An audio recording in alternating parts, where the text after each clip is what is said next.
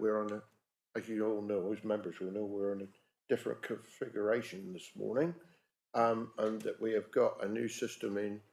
Whoever is speaking, like myself at the moment, you'll be on the screen. So best behaviour by everybody, basically. And just make sure that when you've got your laptops on, that they can't be seen, just in case there's something on there that you're doing. That yes, do you understand what I'm saying? Right. Okay. In case of the fire alarm going off, and I don't think it's going to do that today, make your way out of the doors to the far end of the car park, and that's all you can do on that one. This is a public meeting and members of the public are welcome to listen to the debate, but unless registered as a speaker, are not able to take part and speak. We are live webcasting today, so can I please remind members to use their microphones and remember to turn them off when not speaking. You'll probably be reminding me before the day's out. And also please put your mobiles at the very least on silent. In terms of how the items are presented, in order for each application is as follows. The case officer will present the report, the objector will speak, the supporter will speak, the parish council representative will speak, the ward member will speak, members will be able to question each speaker on the points of clarity. At the conclusion of the debate on each application, the members will vote and come to a decision. Now I'm going to ask each officer to introduce themselves. Starting off with you, Amelia. Thank you, Chair. My name is Amelia Bolter. I'm the Senior Case Manager for Democratic Services and Clerk to this committee. I'm Councillor Rosemary Rowe. I'm the Ward Member for Dartmouth and East Dart, and I'm Vice Chairman of this committee. I'm Richard Foss, and I am Chairman of this committee. Good morning, everyone. I'm David Fairbairn, Head of Legal Services and Monitoring Officer and the Legal Advisor to the committee this morning. Morning, I'm Jacqueline Houselander. I'm Head of West Devon, but I'm standing in for Pat Weimer, who's the Head of South Hams today. Good morning, I'm Claire Stewart, one of the Principal Planning Officers for South Hams District Council. Thank you for that. So we'll now move on to the first item on the agenda, which is to approve the minutes as a correct record of the meetings of the 6th of July. Oh, beg your pardon. Apologies. Sorry. Right. Any apologies? Chair, we've got apologies from Councillor Kemp with no substitute. Right, thank you. Sorry about that. Right. So now can I move on to the minutes? You can. The minutes of two meetings, the 6th of July 2022 and the 27th of July 2022. We'll take one at a time. The first meeting. Yes, Councillor Abbott. Thank you. I'd like to make a couple of corrections, if I could, to must be the first of them. It comes up as on page 3, starting in the block. Sorry, this is awkward.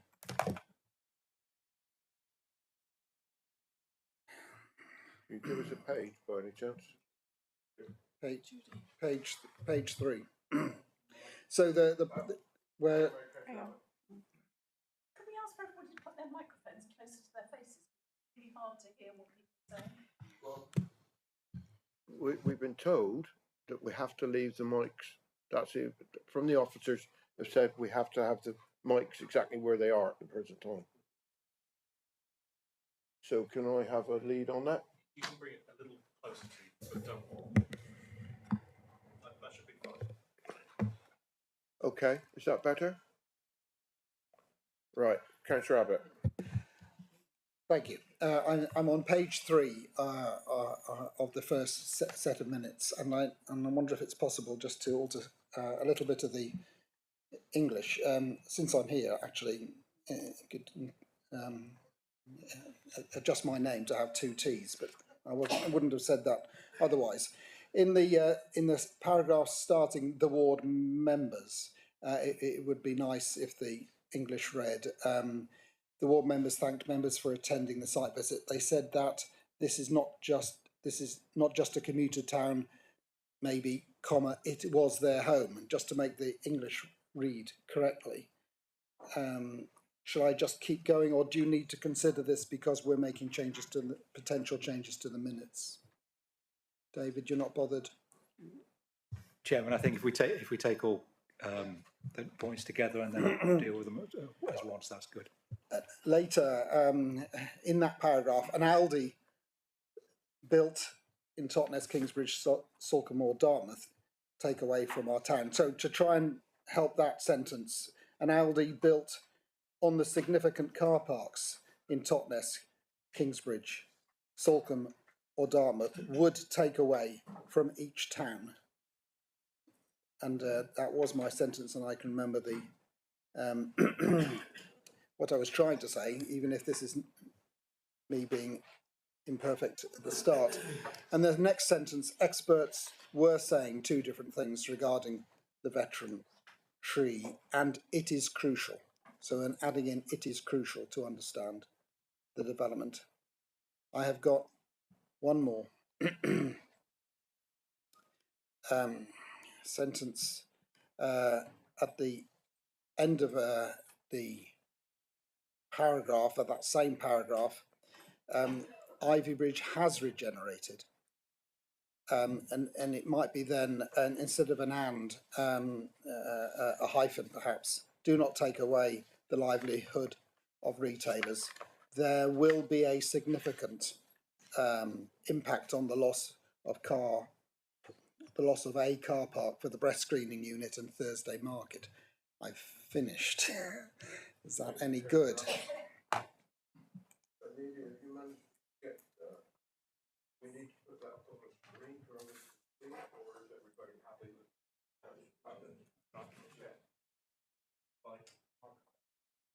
Sorry, is everybody happy with the adjustments that Councillor Abbott has? Can I think I'll have a show of hands if you don't mind, just to make sure. Right, thank you very much. That's good. Right, thank you. Okay, yes, Councillor Taylor. Yes, thank you. I'm on page 1 of Declarations of Interest, and the piece about the AOMB. I am a member of the AOMB, and not was a member, and also it doesn't make quite reading very good on that one, because it says he was a member of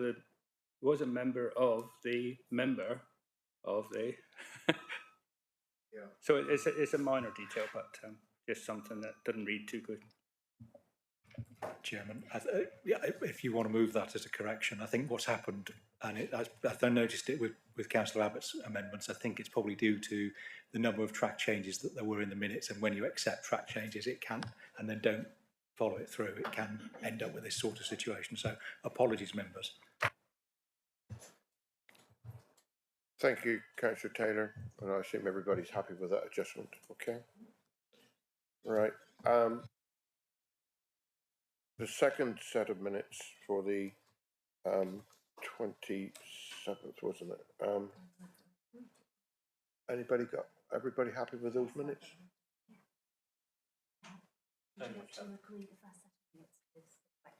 Okay, well, we'll go back to the first set of minutes.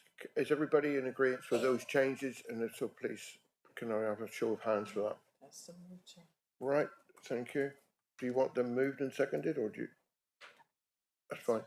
Shall we move on to the second set of minutes? Is everybody happy with those? Right, thank you very much. Okay, so that's the minutes of those meetings. We are catching up with the minutes, as you can see, because we were a bit behind in the past. There is no urgent business as far as I'm aware. There won't be any need to divide the agenda as far as I'm aware. Now, item 4, this is declarations of interest in any of the applications this morning. I'll do this again at lunchtime or after lunch, the other ones.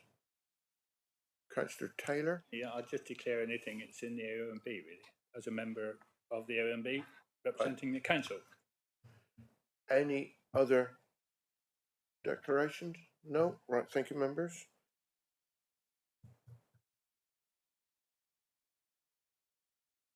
We do have public participation. We do have during each application. We have people. We've got a list of those. Not that there seems to be very many today, actually. We've now moved on to the planning applications, and the first planning application is application 431821 it's a shelter at Station Road, South Embankment, Dartmouth, and I will ask Claire to present it. Thank you, Chairman. So, application on South Embankment, Dartmouth, for the change of use of parts of the promenade to facilitate 9 pitches which can be used by hospitality businesses along the promenade. The map in front of you, you can see the application site is hatched in red. If I just find... There we go. If you can see the laser pointer, the application site is quite big because the pitches are spread along the promenade. So this is the area, the overall area that we're talking about. And the application is in front of members today because Southampton District Council is the applicant. So here's an aerial photograph for your information showing the site. So again, we've got the site is the promenade adjacent to the river.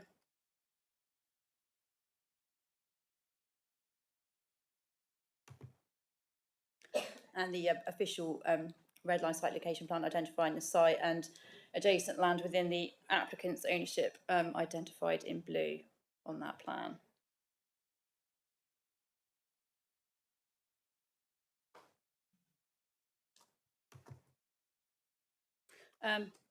So this plan, if you can see, the numbered pitches are identified going down the embankment. As is set out in the officer report, initially due to a relaxation in the permitted development rules during the COVID pandemic, the facilities were set up, and this application seeks to regularise the situation so it can continue moving forward.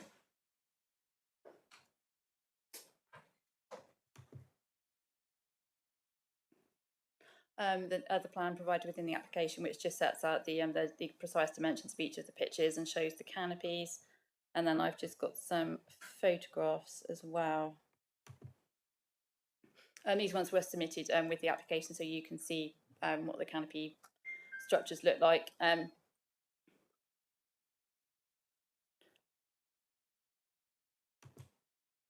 that's a slightly more recent photograph. The canopies were down at the time of day when that picture was taken, but you can see sort of where the site is in relation to the town and to the promenade.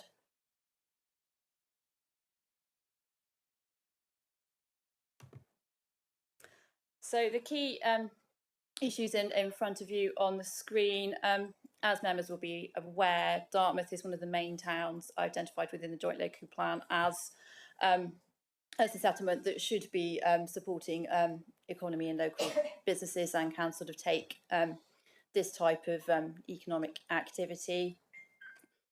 The visual impact of the pitches is relatively limited. It's just simply sort of the canopies and the tables and chairs are there when the pitches are being used. A condition is recommended in terms of the hours of operation for the benefit of the residents, of which there are some that sort of live in relatively close proximity to the site. As identified within the report, the main issue that we've had with this application was the initial objection from Devon County Highways, raising concerns about customers crossing over the road between the businesses and the actual sitting out areas. As identified in the report, a condition has been agreed with Highways to address this issue, to make sure that each of the business has to provide someone to supervise the crossings. And also it is recommended that we grant a temporary consent from this point, so the situation can be monitored. And then at the end of that temporary consent period, if the applicant wants to apply to make this a permanent solution, then that application will be considered at that time. And the application is recommended for approval as per the conditions in the report. Thank you, Chairman. Thank you. Members, do you have any questions of the officer? Councillor Abbott, and then I'll do Councillor Panel. Thank you. Hi. One of the contributing letters was asking about the similarity preferred in the umbrellas, but they seem from your pictures to be of a consistent type anyway. So Yes, at the moment, all of the canopies are the same colour.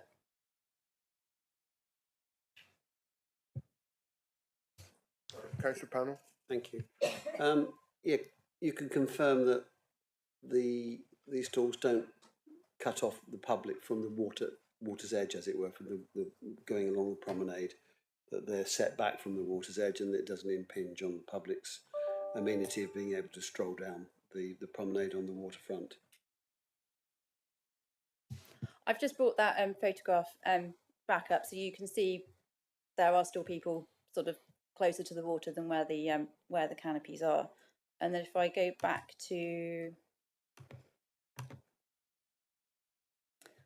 I'll see if I can just zoom in briefly on this one. If you look, this is a plan that kind of sets out where the licence areas are, and you can see they are kind of set back closer to the road, the south embankment, than they are to the actual water side.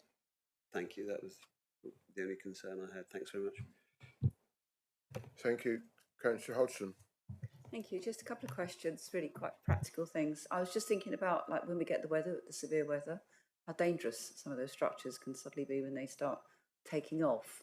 And secondly, around storage. I mean, if these things have to be taken in and stored, you know, have we looked at what that implications for that? Because what you don't want is piles of stuff all shoved up in the corner of the street. I know these are slightly more than just some more sort of temporary ones, but has that been looked into, and is that satisfactory?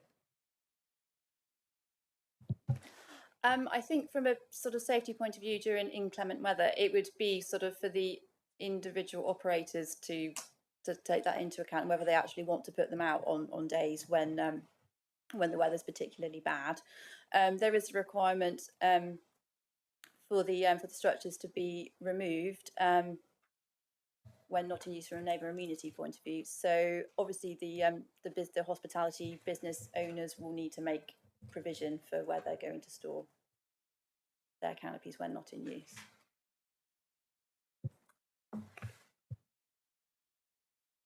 Any further questions? No? Okay, then we'll move on. We don't have an objector, but we do have a supporter. Mark Redmond, you'd like to come up and I'll remind you to turn on your mic, just like he'll be reminding me. Okay, you have 3 minutes. Good morning. My name is Mark Reedman. I'm the General Manager for the Holland Group in Dartmouth, and we are operators of 2 restaurants based on and around the South Embankment. I'm talking on behalf of the 8 businesses that currently have use of the discrete pitches that have been highlighted, and indirectly for the town of Dartmouth itself. And for the past 3 summers, we have all, individually and collectively, managed these pitches following temporary approval of licences as part of the government's recovery response to COVID-19 pandemic. And I have to point out they've been very successful. During this time, the businesses have liaised with each other and working together have purchased similarly coloured umbrellas, as has been discussed, and we've all invested in seating and barriers and licences and tables to put on the South Embankment. And these have cost the businesses several £1000s. And to a business, we have demonstrated successfully the management of their pitches in the following ways. We have all, without incident or accident, managed the literally thousands of regular road crossings that have accompanied the activities. We've all kept to our licensing hours without exception or incident. In fact, often way within the licensing hours, because the British summertime takes care of that for us. It's very difficult to get people to sit on a cold embankment beyond 8 o'clock in the evening. We've kept our areas neat and tidy, dealing effectively with all the litter and rubbish. We have maintained the appearance of the embankment itself by ensuring our pitches and the surrounds are weed and moss free. We've kept to standards of public decency, maintaining dress codes and behaviour standards.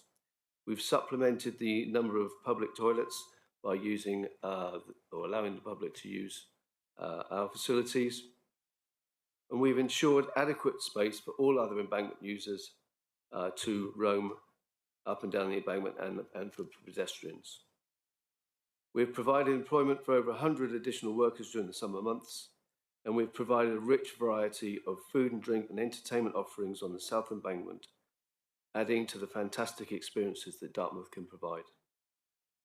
Times are tough, and hospitality companies, along with many others, are facing an uncertain future with the cost of living crisis threatening to seriously disrupt individual businesses and the very nature of the tourist trade in Dartmouth. Passing this application will ensure that Dartmouth retains its rich diversity and helps make it remain as one of the most go-to destinations in the Southwest. Thank you. Thank you. Just remain there for a second. Members, have you any questions? Councillor Brazil. Yeah, thank you, Chairman, and thank you, Mr. Reedman. That sounds very positive. Just really, it was on condition 3 that I was looking at. It says each business shall provide a member of staff to supervise road crossings between their premises and associated pitch at all times. I mean, to me, that seems incredibly onerous. That there's an individual person who has to monitor the road crossings rather than, you know, a particular waiter or waitress that happens to be crossing the road at that particular time. I mean, I have to say I'd be minded to take that condition out. And I don't know, I wondered if we could just have your thoughts on that. Yeah, thank you for that. Yes, it's a very onerous thing to have a member of staff that is sort of stationed there.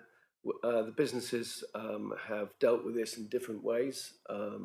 Some of them have gone to waiter service and have the site attended on the embankment itself.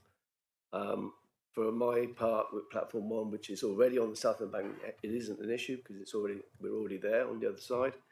And others have had to station someone at a doorway and that sort of thing to monitor people in and out of the restaurants or bars. So yeah, it's a very difficult thing to get right. If you think about South Embankment, that picture I just guess was taken early on in the year. There are literally thousands and thousands of people walking up and down that embankment at any time. Most of them are not even customers of the businesses there. They are just there anyway. So monitoring that is very difficult. Have we a view on who put that condition in? Well, yeah, Chair, it was put in by South Hams to satisfy the Highways objections. Personally, I mean, I think Highways have got it wrong, so I will be recommending to remove that condition when it comes in, because I don't think the responsibility should lie within the restaurants. I mean, I do that in debate because I just think the responsibility is with the car drivers. Car drivers run someone over, they should be locked up. Claire, would you like to clarify this one for us? Just for clarity, for members, that condition forms part of the recommendation on the advice of Devon County Highways from a highway safety point of view, and that was how we got them to remove their holding objection. So I think that's why it's there. Obviously, if members want to have a discussion around that, then do. But that's why it's there. Okay, we'll come back to that in a minute. Councillor Brown. Thank you, Chair. Sorry, this is a particularly pernickety point from me, which I do apologise for, but it sparked my interest. You mentioned dress code on, I think, but what exactly did you mean by enforcing a dress code on over the summer months? I think I put a pair of shoes on once. I was in flip-flops most of the time, so no, quite right too. But yes, I think we would turn you away on that basis. It's to do with shirtless and foul and abusive language, that sort of thing. We don't want to encourage the sort of football crowd type person to the embankment. You wouldn't encourage sleeveless T-shirts, for instance. Well, we haven't quite got to the minutiae of it all, but generally we are keepers of good standards. Yeah, Councillor Taylor. Yeah, well, I'd like to second Councillor Brazil on this one, to be honest, because I think that there's enough people down there crossing this road all the time anyway, and I think it's a 20-mile-an-hour speed limit. So we're not in a debate. No, yeah, well, I'm just saying that I want to follow him. Councillor Pano. Yeah, I'm confused. Reading the condition, businesses shall provide a member of staff to supervise road crossings. Is this for the public or for their own staff who are bringing things out, or both? Both. It's both. I think it's for both, yeah.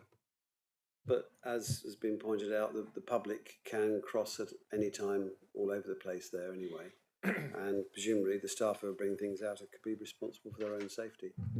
I think we'll be having a debate about this in a minute somehow. Councillor Long. Chairman, just to clarify, in the report it does say that the businesses will supervise staff crossing the road at all times. It's thought to be a reasonable compromise, and that was, so they are talking just of supervising staff crossing, not members of the public, and that's in the report. Right, thank you. Any other questions of Mr. Reedman? No? Thank you, sir. You're off. You're let off. Right. Just a quick question. What does temporary consent mean? Well, exactly what it says. It'll be 3 years, and we'll be back to see how it works, and then we'll go from there. Is that correct? Yes. Yeah. Right. Okay, so we now move on to the ward members. Councillor Rowe, you got? No. I've got a statement from Hawkins to read. Yes, I was going to come to that. Yeah, because he is a ward member. Yes. He go first. Can I go last, please? That's the next question. I was going to, you're ahead of me. Hang on a second. Come on. Who wanted to go first? Right. We'll have the statement from Councillor Hawkins first. Right. So I'm just reading out a statement on behalf of Councillor Hawkins. Dear councillors, I'd like to support this application. Over the past few years... Hang on a minute, Amelia. Councillor Taylor says... Sorry, I'll start again. Dear councillors, I would like to support this application. Over the past few years, the use of the embankment has been trialled and, in my view, has been a complete success. During the seasons affected by COVID, it has saved a number of businesses in Dartmouth. The embankment is large enough to take the seating and tables and, in my view, has been a great improvement for residents and visitors alike. Thank you. Thank you. Councillor Rowe, would you like to speak? Councillor Baston. Councillor Baston? He's not on my list. No? Okay then. No, he's not on my list.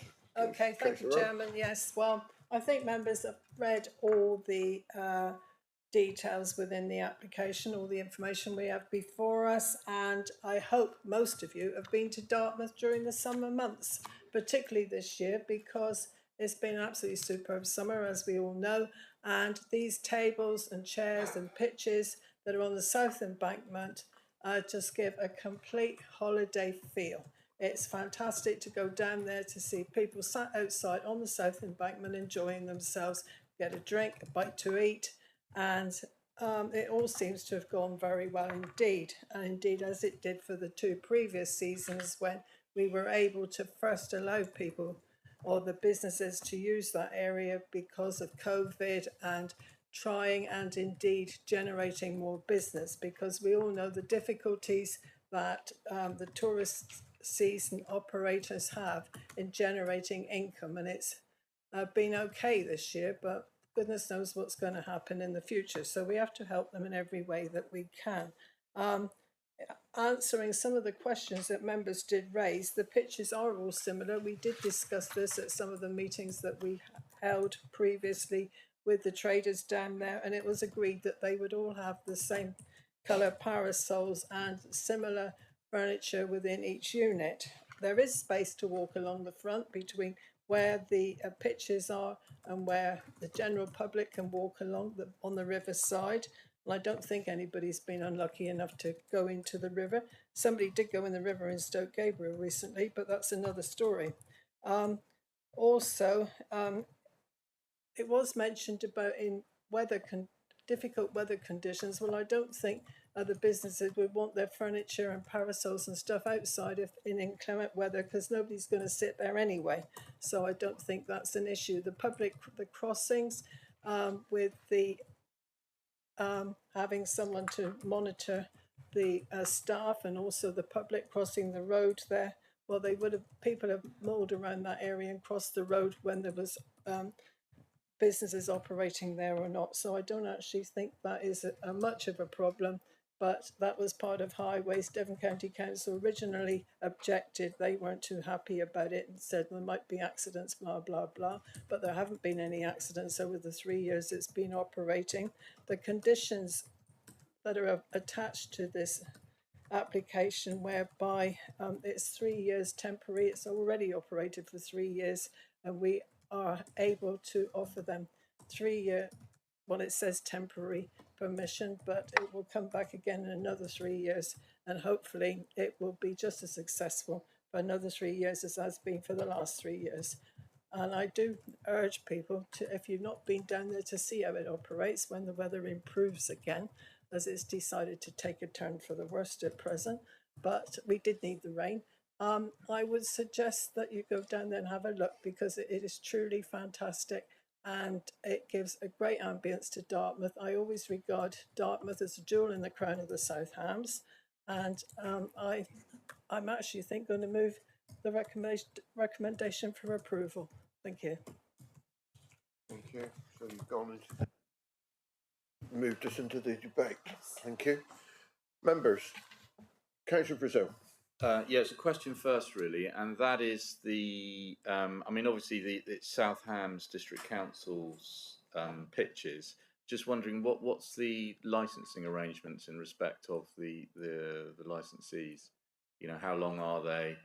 That sort of thing. Do we know? Mr. Fairburn? Chairman, we don't, but of course we don't necessarily need to know that for purposes of this permission or this application. Yeah, no, the only reason why I ask is because there's a temporary application. I mean, if we control the licenses, if it doesn't work, we just don't issue any licenses. It doesn't need to be temporary. I think that's why I asked, because, you know, if we just say, well, you've got a 3-year license, and after those 3 years it hasn't worked, we won't renew it, and therefore it stops. So I mean, again, I just think it's the temporary nature of it is unnecessary, I think. So I'm happy to second the proposal to recommend conditional approval, but there are 2 changes I would make. First of all, I wouldn't make it temporary, I'd make it permanent.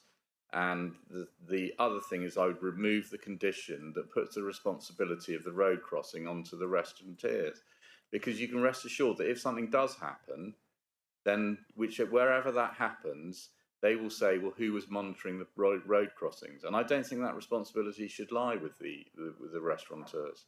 I think that responsibility lies with the people crossing the roads and the drivers of the cars.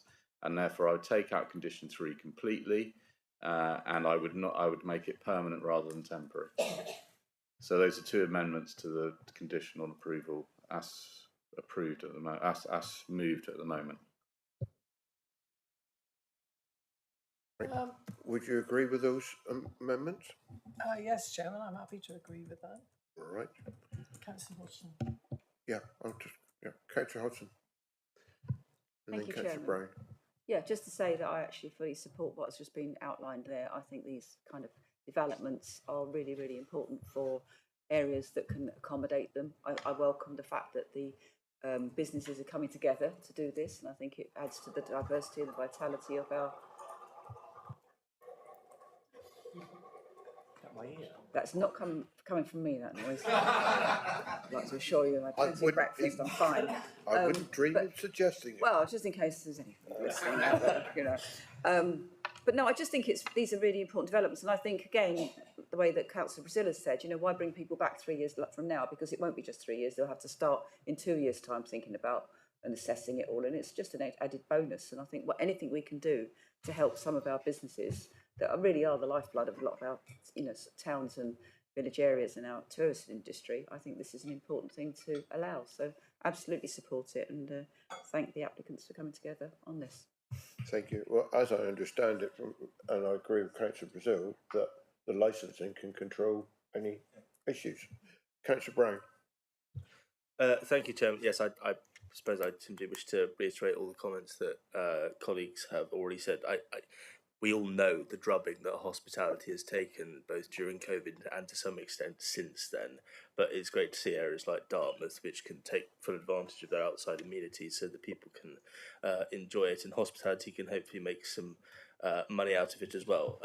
I appreciate that county probably has to do what it has to do to sort of cover its back regarding recommendations, but I also would be very happy to see that condition removed, because I also just think it's completely unworkable.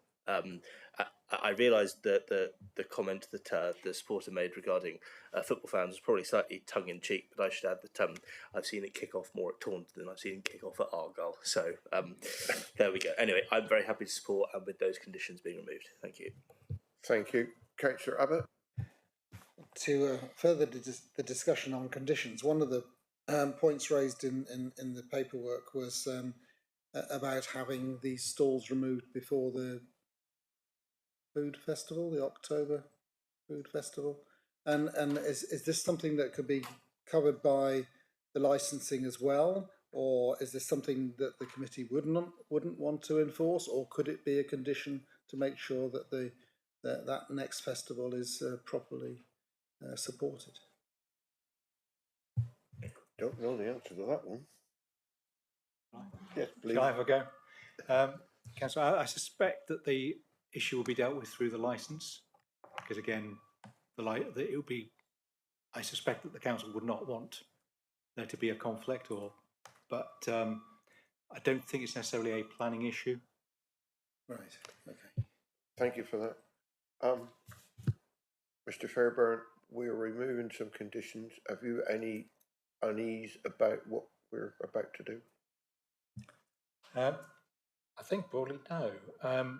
You're entitled to appoint to grant planning permissions subject to such conditions as you think fit, providing those conditions pass the test, the 6 Newbury tests, or the now policy tests. If you're saying that, in your view, the condition requiring the use of a banksperson does not meet the test of necessity, in other words, it's needed to make the application acceptable, then it's within your gift to not impose that condition.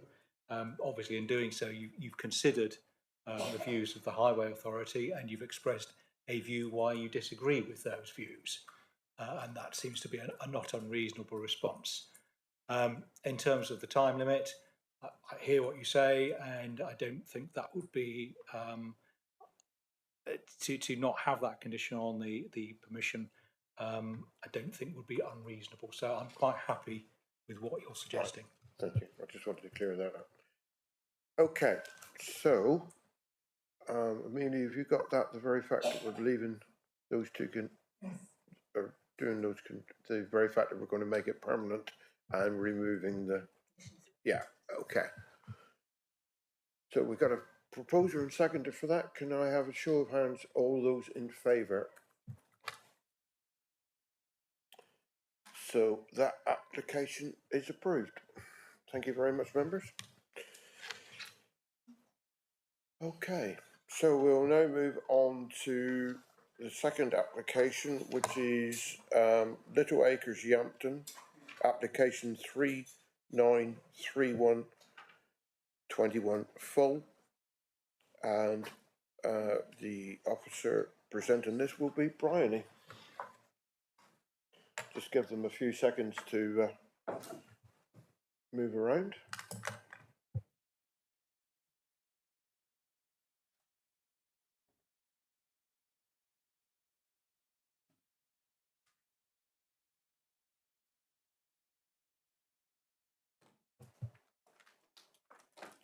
go ahead when you're ready.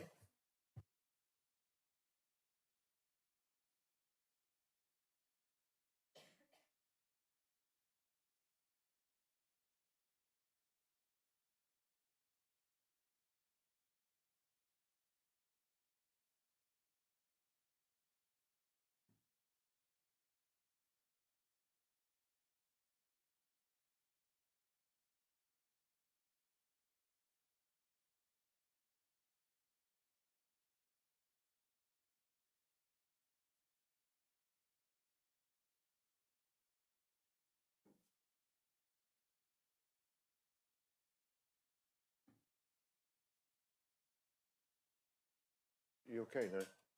Yeah, this Forgotten which button. was not. This wasn't originally your application anyway, was it?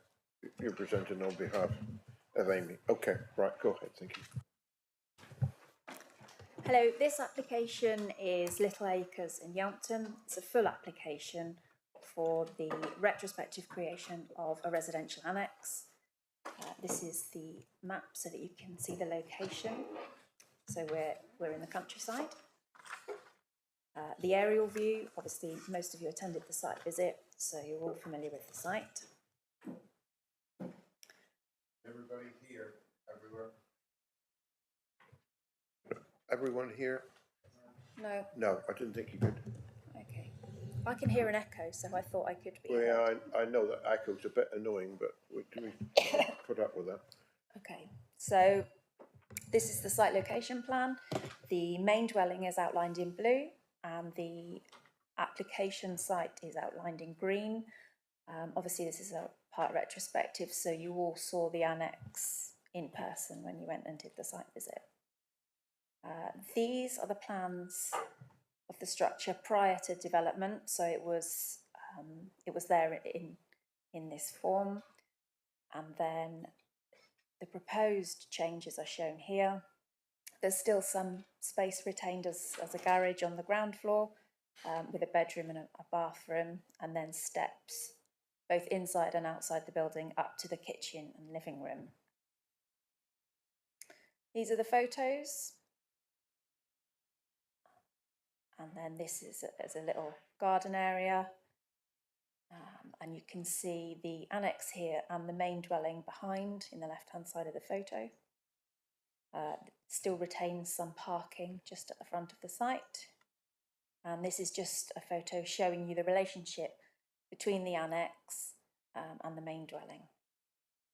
And the key issue to debate is whether the principle of development for an annex as ancillary accommodation is acceptable. Now, at the site visit, some of the members requested the planning history. So this is obviously the history. There have been some enforcement appeals, and I think that was something that was questioned at the site visit. Those were in 2017, and both of those were quashed by the inspector. So that just kind of gives you that little bit of context there. And since that time, there have obviously been approvals for a replacement dwelling and the garage building itself. And obviously the current application has been submitted since that time. Just checking that there's nothing beyond that one. Okay. And the application is recommended for approval. Thank you. Members, have you questions of the officer, Bryony? Councillor Brazil. Yeah, I'm still not quite certain when I look at the planning history, because the first one is retrospective conversion of redundant barn stores to single dwelling, and that's refused. And then 2 down from that, we've got citing of a replacement residential dwelling. What's that replacing? Because if it was refused, then how come it's replacing? Okay, so what I have understood from planning history is in 2015 that conversion was refused. We then enforced. The applicant appealed against those enforcement notices and the inspector quashed them. So therefore they had permission for that 2015 conversion, and then in 2020 they sought to replace that, and because they had a lawful so they had a fallback position, yeah, so that's where that's come from. Okay, and then the one above that, the enforcement appeals there. So presume they've got their permission for the dwelling, and then they've done an appeal, and that is the second one down. Appeal D, both quashed. Change of use of agricultural building to residential use without planning permission, and that was quashed at appeal. So what's different from this application to that appeal that was quashed by the planning inspector? So the appeal was against the enforcement notice. So the enforcement notice was quashed, and therefore, so it's just a slightly different set of wording, if that makes any sense, because it's an enforcement case rather than a normal planning permission. Okay, so that wasn't, so it's quashed in the sense that the enforcement notices were both quashed, and therefore the permission was granted. Planning permission, yeah, and so that's not about this particular building, isn't it? No, the particular building we're looking at now was approved subsequent to the planning history. But from my understanding at the site visit, you wanted to understand what had happened prior to this application. And so that's why those enforcement appeals are there, just to give you the full context. Thank you. Mr. Icelander, do you want to? Yes, I just think for members' clarity, the use of the agricultural building occurred without planning permission. As a result, the enforcement were informed, and the application was refused.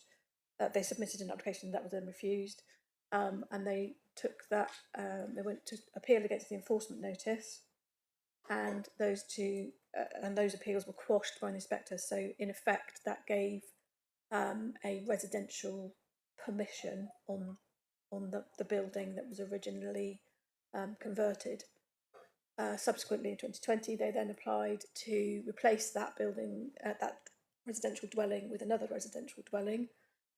The fallback was they had residential permission on the site, therefore that dwelling was approved. Subsequent to that, the applicants then made an application to put a garage with a storeroom above, adjacent to the dwelling, and that was also approved. And now this current application is seeking the conversion of that garage building into an annex. Okay, and then finally, I just want to look at the last planning application. So where we have, so they wanted to vary the condition to allow residential use of the garage, but that was refused. So what's the difference between this application and that application that was refused in March 21? So my understanding is that the refused application was for independent residential use, so a standalone dwelling. But this application is for an annex, so it will be dependent on the house and can't be separated from it. Thank you. Thank you, Councillor Brazil. I think you've answered a few questions there. Any other members got any questions? No? Okay, thank you for that, Barney. We'll move on to, we haven't got an objector as such, so Jessica Duff, would you like to come and give your 3 minutes worth, please?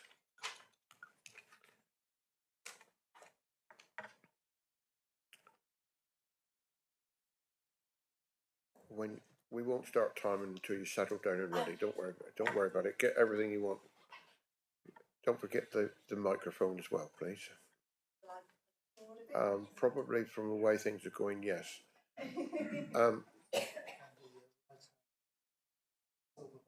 Press the button. Okay, thank you. Okay.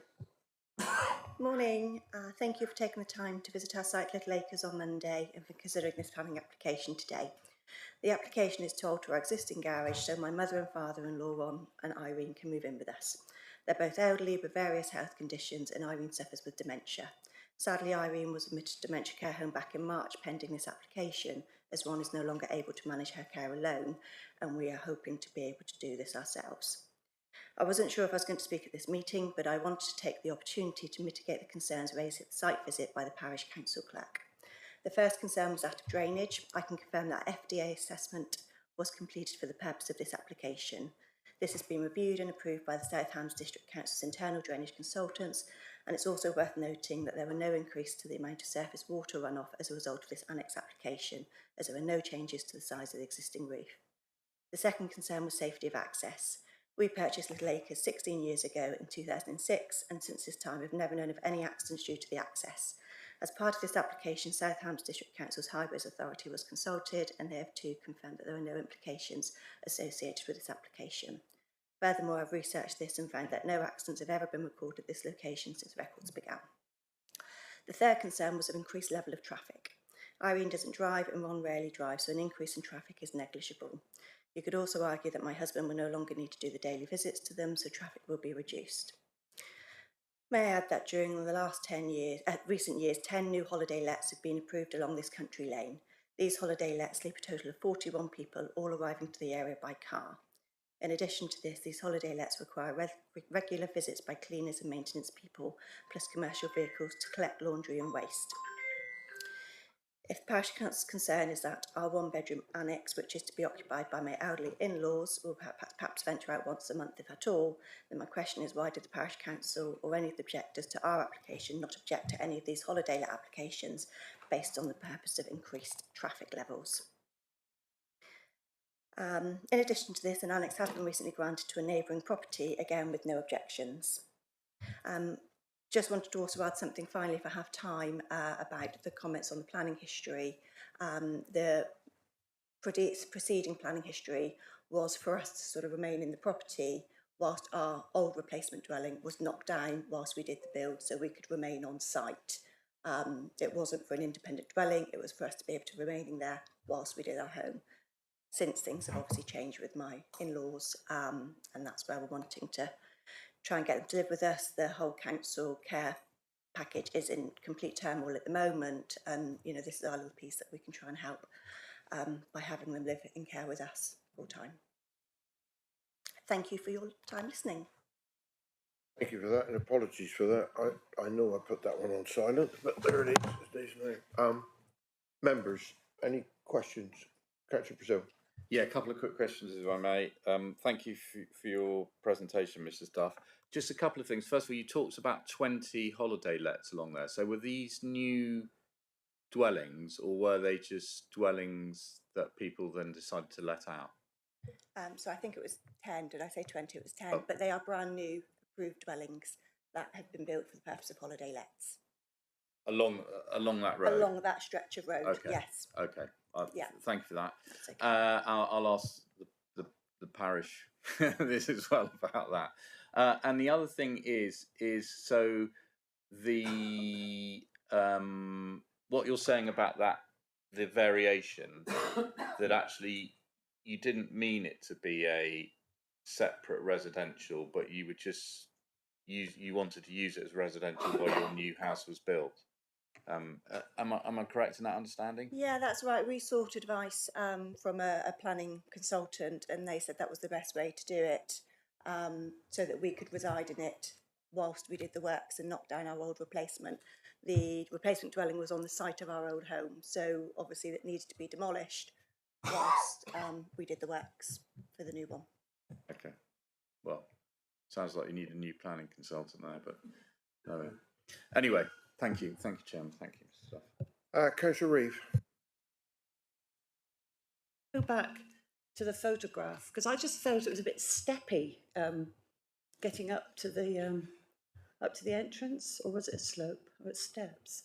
That doesn't seem very elderly friendly. There is a door on the back which is coming in on the level. Right.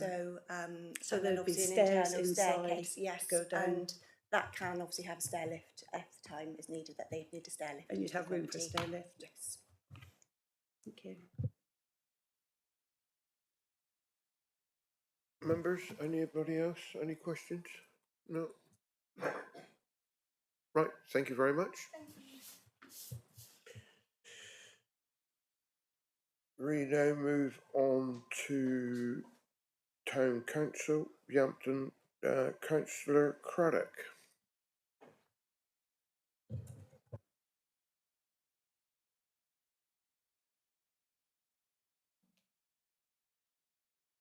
Welcome, sir. Take your time and get yourself ready, and then when you are, we'll give you 3 minutes. Yes, well, good morning. So I'm Jeff Craddock. I'm the chairman of Yampton Parish Council. I'm speaking on behalf of Yampton Parish Council. The Parish Council has unanimously objected to this latest part retrospective application to create a second dwelling. Our responsibility as councillors is to support the views of local residents, 6 of whom have also lodged letters of objection. Now, we are not planning experts, and we fully recognise that you are guided by the reports prepared by the case officers you employ. We expect them to take account of local opinion as well as the technicalities of planning law. Above all, we expect them to be consistent in their recommendations. The 2 case officers, Mrs. Rosalie Metcalfe in March last year and Amy Sanders this year, have made conflicting recommendations. To refuse last time, but to approve now. But either an error was made last time, or an error is being made now. The proposal, according to Rosalie Metcalfe, would create a second single open market dwelling within an unsustainable countryside location. It fails to meet minimum standards for a 1-bedroom detached dwelling and would have an adverse impact on a designated European site, this being contrary to the conservation of habitats and species regulations. Now, it is our concern that this latest attempt in a long chain of retrospective applications over the past 17 years reinforces an increasing lack of respect for planning. We are seeing decisions being ignored or overturned in a process of creeping overdevelopment. There is no proven need to create a second dwelling on this site, and we stand by all the comments made in our objection to the earlier application and repeated this time. This application is essentially an attempt to overturn condition 3 of the previous application, which limited use of the garage to the parking of vehicles and domestic storage only. This was applied because, and I quote, "The site is in the countryside where other uses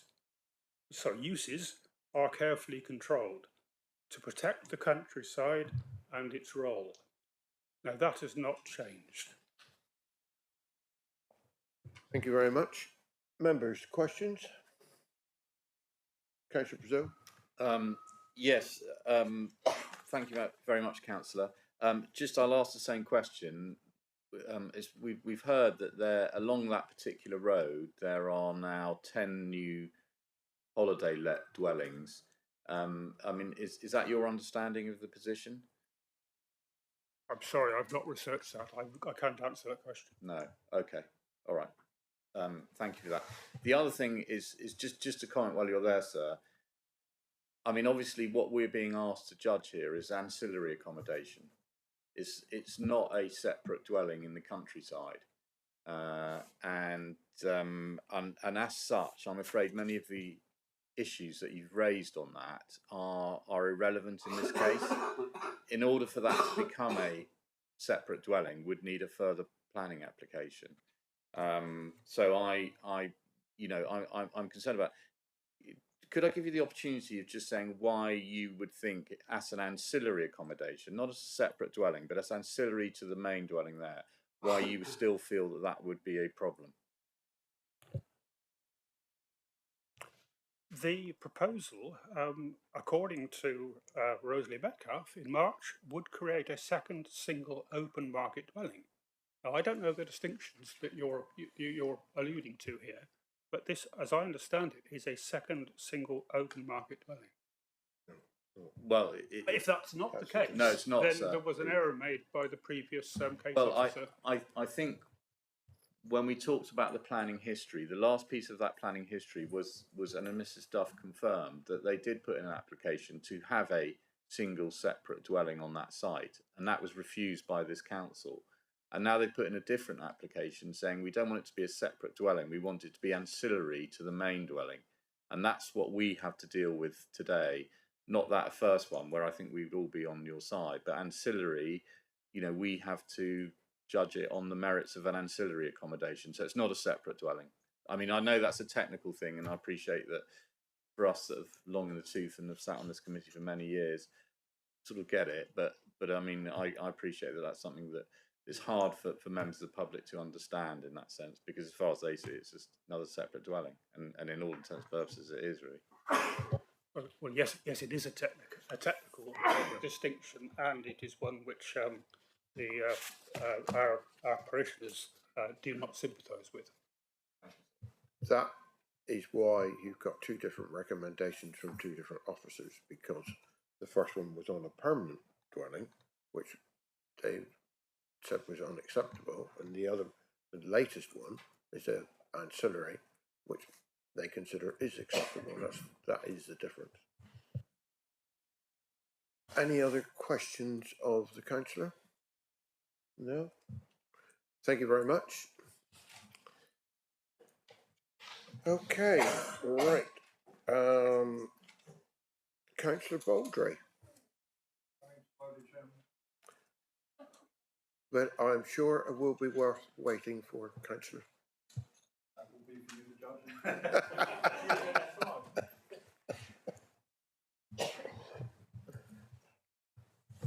Morning, Chairman, morning, members, morning, officers. First of all, thank you very much for coming on the site visit.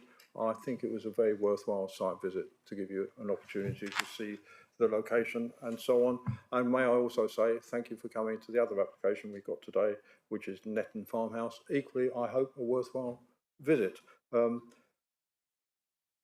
or 3 points, if I may, Chairman. I've given in the papers my reasons for bringing it to committee. I am not convinced by the highways points. You were out there, most of you, and you saw the narrow road. You saw the actual access from Little Acres onto that road. And I think there is a highways issue there. And I think, if nothing else, on this occasion, and rarely, we should ask you to disagree with highways. The applicant has spoken to you today about her proposals for occupation of this ancillary accommodation. But of course, I have enormous sympathy with people with ancient parents, even older than me probably, who need somewhere to live. But of course, that is not a planning matter. Who is going to occupy it, whatever is approved today. We know that in the future, different people could be living in there, and we've all had experience where people have said to this committee they're going to use a dwelling for a particular use in the event that change. So that is not a planning matter, who is going to occupy it, even though I have sympathy. You saw on the site visit, and I think you would all agree, this is not a sustainable location in any sense. It is isolated, there is no access to amenities and so on. And finally, Chairman, no, not finally, whether or not there's a water drainage problem, it will all, the surface water will all run down into the road outside. But you have drainage advice, so that is not a problem. But I think, Chairman, that you, if you are minded to refuse this application, you can agree to do it because it is contrary to TTV 26. I don't think it is an acceptable location for conversion of the garage into a dwelling, and I would ask you to refuse it. And before I go on to questions, like the Chairman of the Parish Council, I am not aware of these 10 places down the road. I spoke to Councillor Thomas about it. We think the applicant may be talking about the Sunridge Nurseries chalets. That is not a recent planning application, not certainly within the last 3 or 4 years. Thank you. And I don't believe we have the right to question the ward member, do we? Yes, you do. Much as we'd probably do. Yes, you do. Yeah. Normal practice. Anybody got any questions for the ward member? No. You're let off. Thank you. Thank you, Councillor Baldry. Right, we'll now move on to the debate. Members.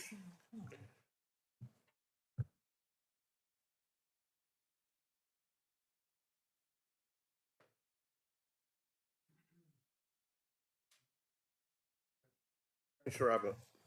Thank you. I haven't got to read this yet, so maybe I'll be allowed back. But my first point to start.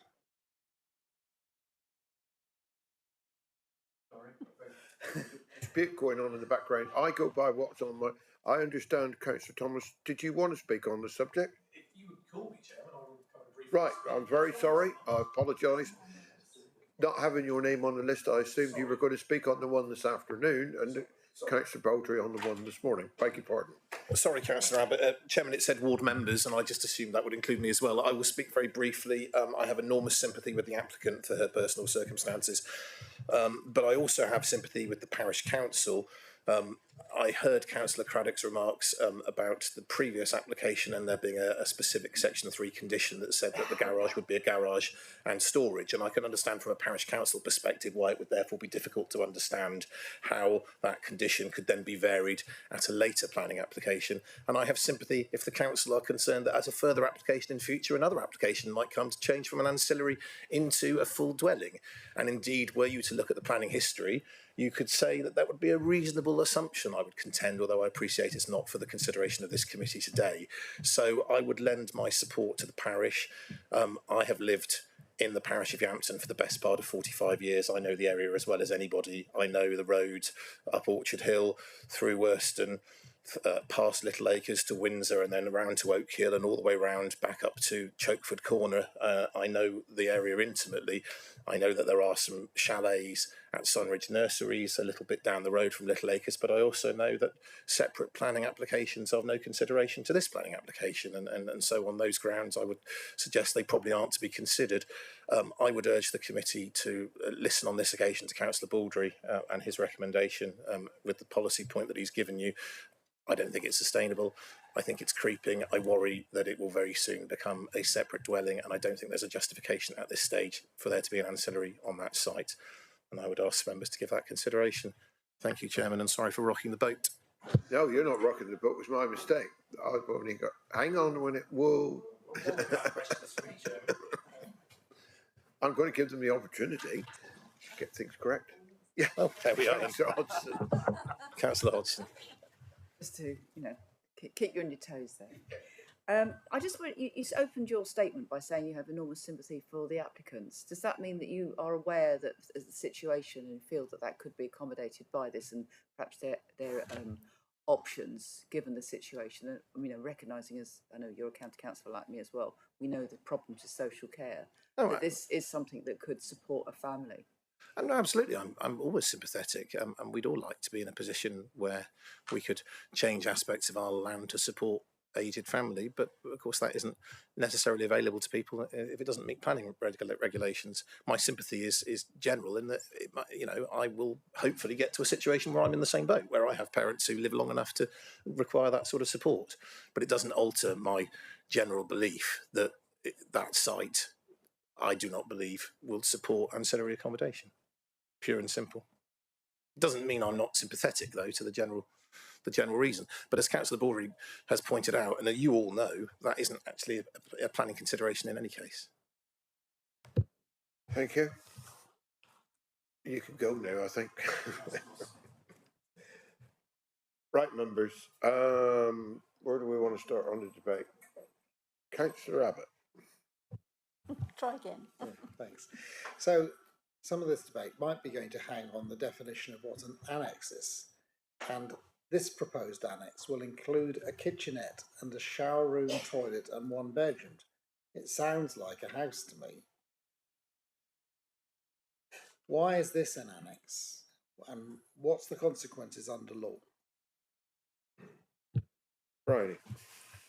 This one is an annex because it doesn't meet the nationally described space standards. So it would never be permissible to be a separate dwelling because it doesn't have enough floor space to accommodate a one-bed dwelling that's required.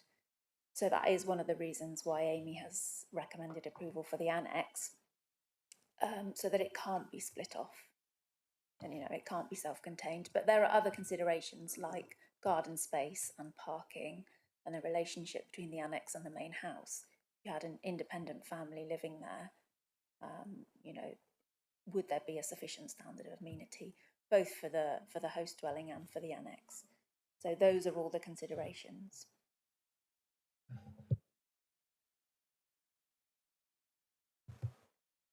Any other questions? Councillor Brazil. Yeah, my question is that in the report, it talks about policy TTV 26, and it said the aim of the policy is to protect the role of the company. The proposal, and then it goes on to the narrative, says the proposal relates to the use of an existing domestic garage for ancillary residential purposes within an established residential site, and the principle of the development in this location is acceptable in this context. Are we saying by that any garage within any residential site is acceptable for as an annex, an ancillary dwelling? I'm looking at you, Jack. Yep. Please. In theory, yes.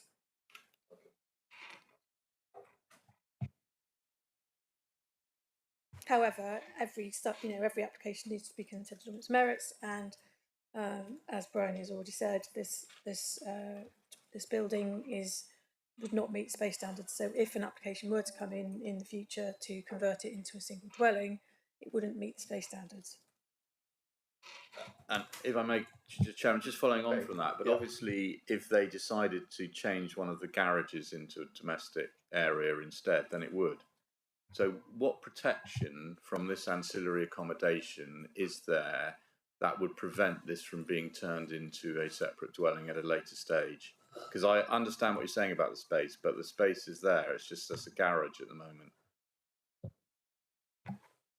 Thank you, Chair. I'm afraid I don't know the details specifically of the floor area of the whole building. So potentially, yes, it could meet the space standards if they were to no longer use the car spaces for car parking or storage, whatever they use it for.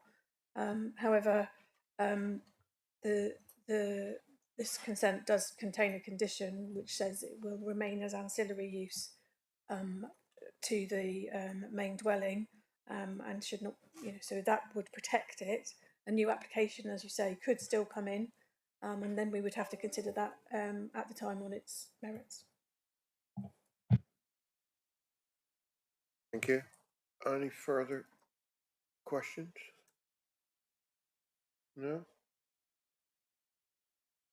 Okay, then we will, we've had that, yeah. We'll move on to the debate then.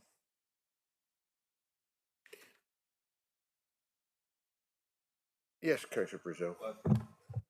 I think Councillor Hodgson was first, actually, Chair. Sorry. Sorry. Ladies first of all, anyway. Thank Right. you. Yeah. Right. I was looking the wrong way, sorry. I'm really torn on this. I find it really difficult. I had a similar situation where I had to have an elderly in-law who we cared for at home, and it makes a big difference if you've got somewhere that you can have a certain amount of separation, as well as be able to apply the care. And the points that were made about this doesn't add on to additional travel journeys, etc., I think are fairly made. I suppose the problem we all struggle with is what happens after that. And I think that the planning system is there to allow us to deal with after that, if it, as and when it happens. Because if this is ancillary, I see no reason why we can't approve it on that. Sorry, not listening. Yeah. You're listening, yeah. I know. Right, okay. But I just think that I think that, the planning system allows us to take this step now, but without being compromised further. And I also think that, if this went to an appeal, I think it would possibly get through. So I think we need to deal with it here and now, not, in terms of looking after the public interest. So I'm actually happy to support the planning officer's recommendation and support approval. Thank you for that. Mr. Fairbairn, do you want to come in now before we debate any further? I'll mention what I was going to say, because I'm going to refer members to the SPD, and which has a particular section dealing with policy Dev 10.4 and residential annexes. It's paragraph 128 of the SPD refers to Dev 10 specifies that residential annexes will be supported where they are within the same curtilage and ownership as the principal dwelling.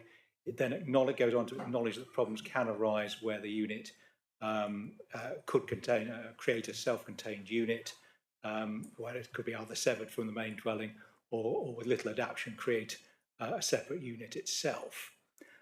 So what it identifies is that the main issue for identifying whether an annex is an annex and is whether it's ancillary to the residential dwelling, and it relates to the use and degree of the dependence on the main dwelling, not the physical attachment or design or appearance of the annex. Each case is likely to be different in terms of its built form, attached or severed, but the level of dependence will be consistently considered by the local planning authorities based on the criteria below. Annexes that demonstrate little dependence, i.e. are self-contained of the main dwelling and appear effectively to be proposals for a new dwelling, will likely to be refused permission.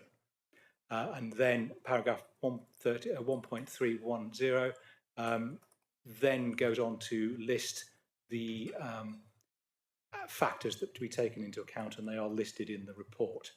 So that's what your SPD says. So I just thought it was appropriate to mention it at this time. Thank you for that. Councillor Brazil?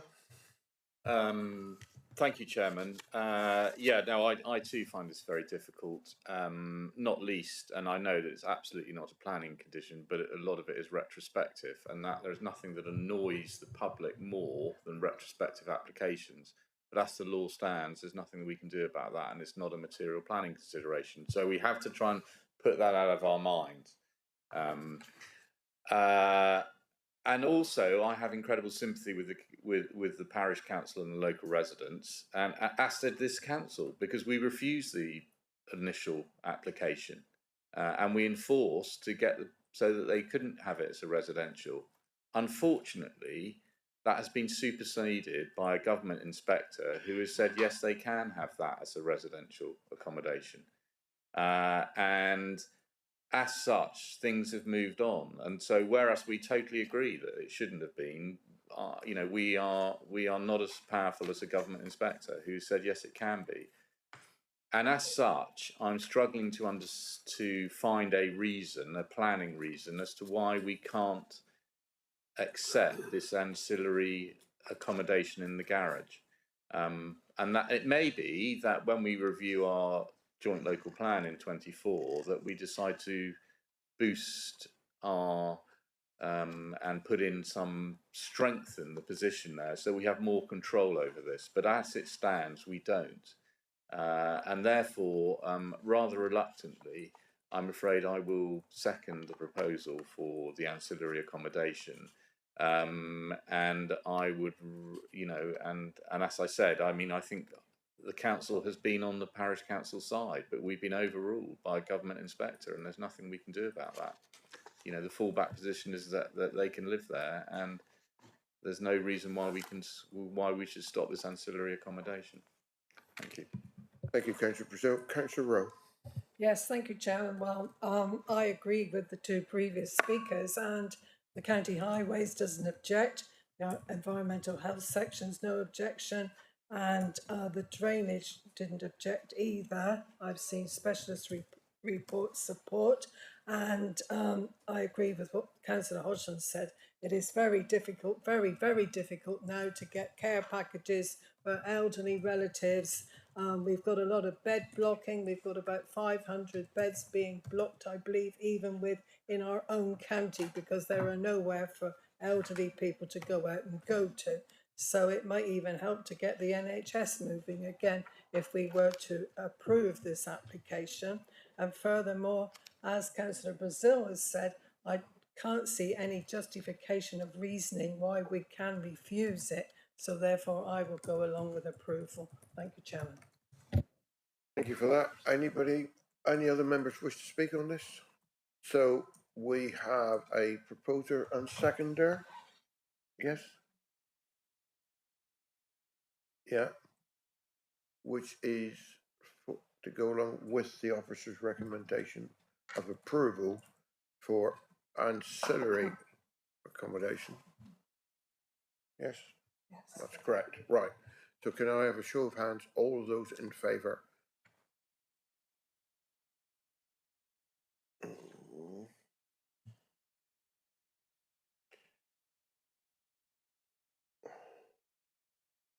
Okay. Again, those against? One against. There's no abstentions, is there? No. Okay. Thank you. So that application is for a temporary ancillary planning is approved. Thank you.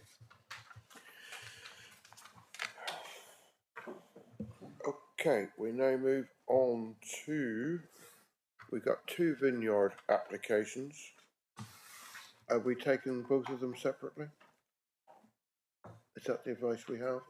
I haven't taken any advice on this, so I'm not sure whether it's best to take them both together or...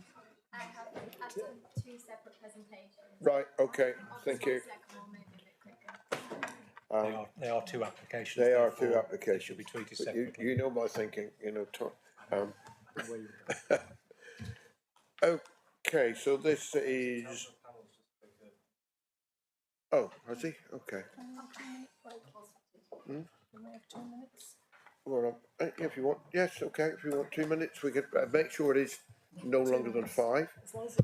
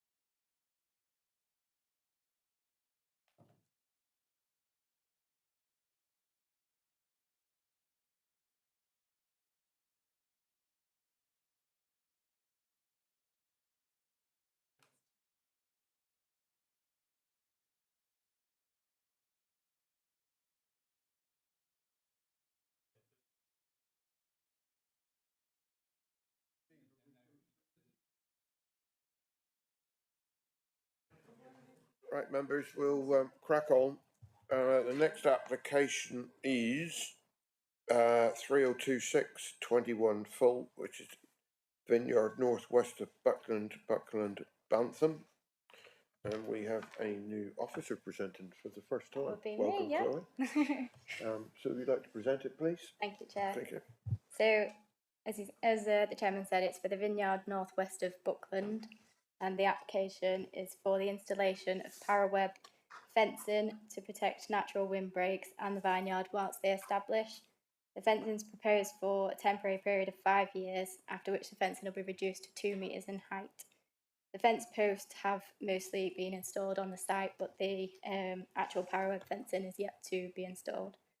So this is the site location plan showing the site in red, and just a more zoomed out version of the site location showing the site in context, and just an aerial photograph. The site is here, and so you've got West Buckland to the southeast and Bantham to the west. So this is from the applicant's landscape and visual impact assessment, which shows the topography of the site. So it does slope down from east to west and north to south. And this is the plan showing the fencing to be installed. So the fence posts are 4 metres in height, with the lower 1.8 metres being a post and wire deer fence, and then the paraweb material is installed on the top 2.2 metres of fence. The bottom image just shows the fence posts, which are on the most western side, and then you've got the hedge bank, which will be enhanced, and additional planting on here to gap any areas up, and then you've got 2 rows of trees, which is what will form the natural windbreak over time, and then this shows where the vineyards are. This is from the wind mitigation strategy, just to show the purpose of the fence post. So again, you just have the fence post on the outer side, and eventually the planting which has already been done will be established and become a height that the fence posts can be removed, with this forming the natural windbreak over time. So this is a detailed landscaping scheme that's been submitted. So you can see the fencing will be installed here along the western boundary and here along the eastern boundary. And of note on this plan, the fencing will be set in, it's approximately 7 to 8 metres from the north boundary of the wider site and approximately 30 metres from the south boundary. On here they have specified the species that will be planted and provided guidance for showing that those are suitable for a coastal location that they will establish. And there's also some additional planting to the south, which you can faintly see there, but there is a second plan just to show this area of fencing, planting, which will help screen the development from the entrance to the south. So this shows the site outlined in blue, and the red lines are the public footpaths surrounding the site. This is from the landscape and visual impact assessment again, showing a long distance view of the site. So you can see the vineyard here, and the fencing would be installed along this boundary and here. So again, long distance view, but from the public footpath to the south. So this is a vineyard in the background. And this is the same image but zoomed in, just to show members that this fence line here has had the paraweb material installed. It is a lower height, I think approximately 1 to 1.5 metres, but it just shows what it will look like from long distance views. This is looking from the northeast, so just to show the topography of the land. So the site is actually behind here and won't be highly visible from this view. This is from within the site itself, so you can see the fence posts which have been installed, but just to confirm, it's not from a public viewpoint, it is from within the site itself. This is looking from the south, from the road. So this area here is where the heritage orchard would be planted. It would help screen views behind. They're looking from the northeast towards the site. So the western row of fencing is just here. And this is just looking south from the same position. So you can see the post again installed on the left-hand side. And looking through a gap on the north boundary where the entrance is where you can glimpse the posts which have been installed. This is to show the hedge bank which is installed along the northern boundary. And again, this shows looking the opposite way. This is the hedging that's installed along the north boundary. And this is from within the site itself, just to show the planting that's being carried out. So this is the western boundary of the site. So they've got the 2 rows of trees which have been planted in here, with additional planting, the hedgerow behind, and then the fence post behind. And also the vineyards themselves have been planted with a specialist vineyard grass mix. So the key issues for consideration is the justification for the windbreaks, which has been provided through a wind mitigation strategy and supporting letter, which is considered in detail in the Principle of Development section of the officer's report, and also the landscape impacts. It is within the AONB and the undeveloped coast. There was an objection from the landscape officer initially, but we have had the fully detailed landscaping scheme submitted since then, and also a response to their initial objection and queries, and the landscape objection has been withdrawn following review of that submission. So in the planning balance, it is accepted there will be temporary adverse effects to the landscape, including the AONB, but these are likely to be for the first couple of years whilst the natural windbreak establishes, and then the effects will reduce to a more acceptable level for the remainder of the 5 years. And after the 5-year period, the post will be reduced to 2 metres in height, which will be permitted development. There's economic benefits in terms of it supporting the growth of the rural business with the vineyards, including additional employment and long-term biodiversity net gains from the provision of the significant amount of planting that's been carried out, and the establishment of the natural windbreaks. The mitigation and enhancement planting will strengthen the existing field boundaries. The recommendation is for conditional approval, and there's a list of the conditions at the end of the officer's report, including for the top section to be removed after the 5-year period, and for the landscaping scheme to be fully implemented in its entirety.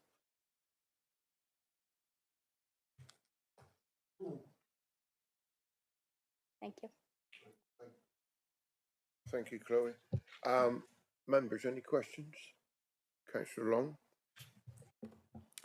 There are obviously some questions that I may ask the applicant themselves because they're more technical. One question going to the conditions, because obviously the key on this is temporary. Part of the reason for the temporary that comes in at the end, it does actually say to allow the existing and proposed natural windbreaks to become fully established to provide shelter for the vineyards and associated planting, but only on a strictly limited basis, so that the position may be reviewed in the light of circumstances prevailing at the expiry of the permission.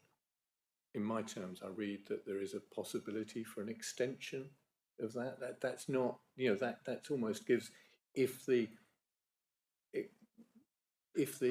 landscaping is not taken properly, this sort of almost gives the view that it will be reviewed. It says, at the light of the circumstances prevailing at the expiry of the permission. Can you clarify whether that is the case or whether the cut-off is 5 years? Yeah, the cut-off is quite clear that it is 5 years for the planting to establish, and then the top section of the fencing will be removed. I think if we have got some surety that obviously they are species that are acceptable in a coastal location, so it will establish within the time period that they've stated, for the fence post to be able to be removed after that 5-year period. And if obviously at that date they came in for a second application, it would have to be judged on its own merits, and also if it's longer term harm to the landscape, it may not be acceptable. Chairman, I've got a question on the landscaping officer's report. I don't know whether that's appropriate at this point. Oh, yeah, if you want.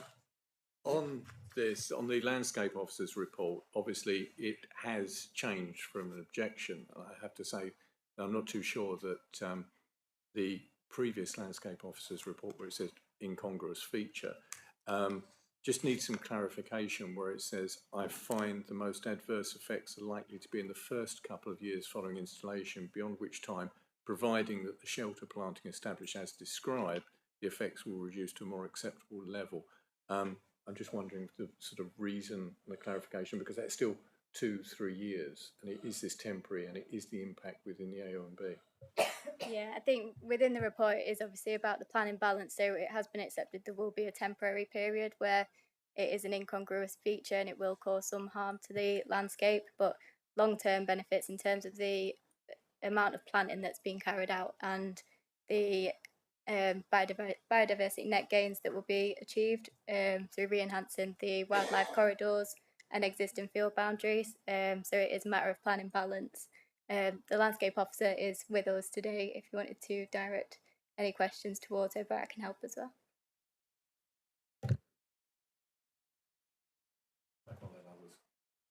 Okay. Do you want to add anything? You are landscape.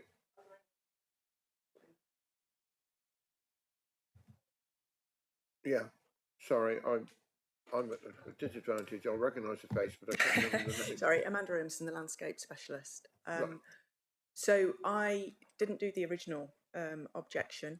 That was my colleague, and he asked for further clarification.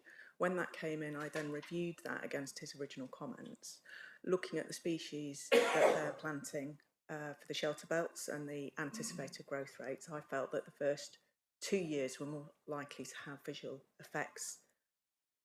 But the scale of the development, given that we're talking about two hedgerow lines and 2 internal boundaries, they're working within existing field boundaries, and for most of the wider views from the landscape, the effects will be quite minimal because you're looking at an existing field pattern that's being enhanced and maybe a little bit more obvious until those natural plants grow. So while there are definitely adverse visual impacts during the first couple of years, I would anticipate that the planting that they've proposed will actually start to establish to the point where in the wider views those elements of fencing won't be as obvious. So weighing it in the planning balance, as Chloe's explained, I feel that the benefits of the mitigation and the screen planting and the natural planting scheme that they put forward, the landscape characteristics that they're working with in terms of the existing field boundaries and the Devon hedge banks, it all balances out to mean that I find it more acceptable, which was why I withdrew the objection. Chairman, and you are, you accept the potential for the growth of all of the planting to be, you know, sort of to achieve what you're expecting over a period of sort of 2-3 years? I would anticipate that it would, yes. I mean, there are always periods, I mean, if we have another 2 or 3 years of drought like we've had this year, they may well have to do some additional planting. But under normal circumstances, I would anticipate that the majority of that planting will establish acceptably, yes. Question, would you expect any future maintenance of those hedgerows and those plantings within this scheme, from the landscape scheme that's been supplied to you? They've stated the intention that they were going to leave the Devon hedge bank planting to grow taller, so that it will exceed the height of the deer fencing. The information was that the Devon hedge banks are already at around the 3 metre mark, which I took to imply the banks with the planting on top. So if it grows taller than that, then it will screen the deer fencing, or it will be visible against the deer fencing in a lot of the more sensitive views. The rest of the planting is intended to grow taller to provide that shelter belt function, so that they are able to take the parraweb fencing away, and that there's a natural windbreak rather than that artificial one. in place. So the planting has to grow taller in order to achieve the objectives. So in that respect, from a landscape point of view, I'm satisfied that it will be acceptable. Thank you very much for that. Are you content for a minute, Councillor Long? Right, thank you. Any other questions of the officers before we move on? No? Sorry. Councillor Panel. Thank you, Chairman. Can I just ask the officer whether this paraweb fencing poses any threat to bats or birds? Because obviously it's a significant height and might be in their flight paths. Do we know what threat, if any, that this poses to those? We have had an ecology report submitted by a qualified ecologist, which has looked at the designated sites and the impacts of the development. And although it's it's 4 metres high, they have concluded that they're satisfied it's not going to have any impacts on protected species or habitats. There is some mitigation proposed, such as when it's installed and obviously with the planting as well. But with the report being carried out by a qualified ecologist, I'm satisfied that it won't have harmful impacts. Thank you. I'll come back to you in a second, Councillor Long. But no? Okay. Right, Councillor Long. Just a point of clarification. The Devon Heritage fruit tree planting, which is great to see, but that's actually outside the red line area, but it's included within landscaping. So are we able to sort of include that within all the conditions and sort of, what maintenance and length of time and, what will be there in perpetuity? It is within the blue outline, which is owned by the applicant, so we can secure it by condition with the assurity that they do own the land and can actually carry out and maintain that planting. Okay, right. We all finished with the questions? Thank you. Right, we'll now call on Mr. John Wigg. When you're ready, sir.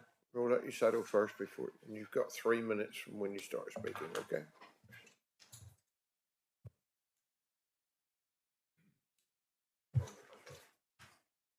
Good morning, councillors. I'm Jonathan Wigg. I live in Yampton and I'm speaking for the many objectors to these applications. We object for the following reasons. 1. The application states temporary installation of paraweb fencing. This is clearly incorrect terminology given the fact that the first 1.8 metres is permanent and is already clearly visible for miles, as seen in recent photos taken at the coastal pass at Thurleston.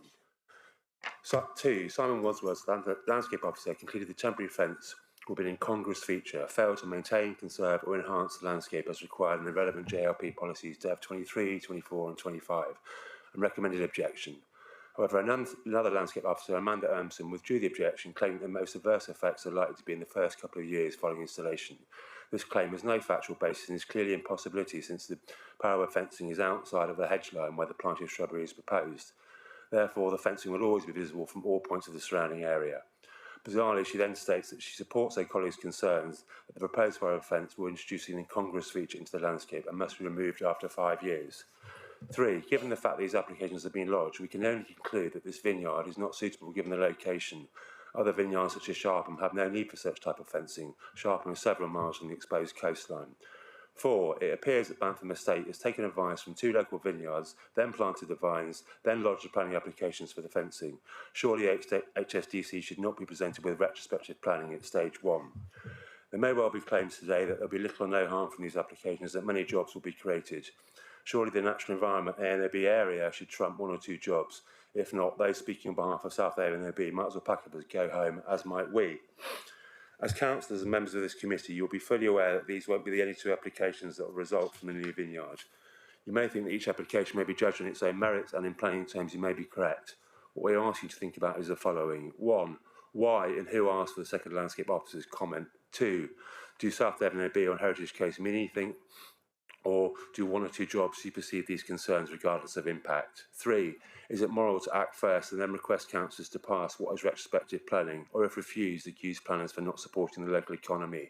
4. Should politics be involved in these decisions? We hope that this meeting, you as elected councillors, vote on personal conscience rather than any political persuasion. 5. What if the vines and trees have not grown sufficiently in 5 years? Will the fences stay for 10 or 20 years? Amanda Anderson admits these are harmful, insisting the fences must be removed in 5 years to avoid further damage to the landscape. How will this be done? In summary, we are asking you to not only think about the two applications in isolation, but the background of many other Bantham Estate applications that are currently live with HSDC. Given the scant resources that HC have at their disposal, the planning team have an almost impossible job to deliver the decisions that really benefit the South Hams area. Refusing this would be one of them. We urge you to think about what makes the Avon Valley so amazing, why it was given NRB protective status, and why it needs to be fiercely protected. Nothing is temporary, and it's those with foresight who do not allow gradual damage in the pursuit of money and greed who uphold NRB protections. Conditional removal will not work here. We ask you to not open the door to further development and refuse this application. Thank you. Right, thank you very much. Members, questions? Yeah, thank you, Chair, and thank you for your presentation, Mr. Wigg. Just on it, I mean, you seem quite adamant that although it's a temporary condition, that you feel that somehow that would be permanent, a temporary installation of this windbreak. What would your feelings be? I mean, obviously we will condition it, and I mean, I appreciate what you say, and you may have no faith in our enforcement actions and such like. But obviously, if it stayed up longer than the 5 years, we'd enforce it to take it down. I mean, if it was to come down after 5 years, would your objections still be as severe as they are at the moment?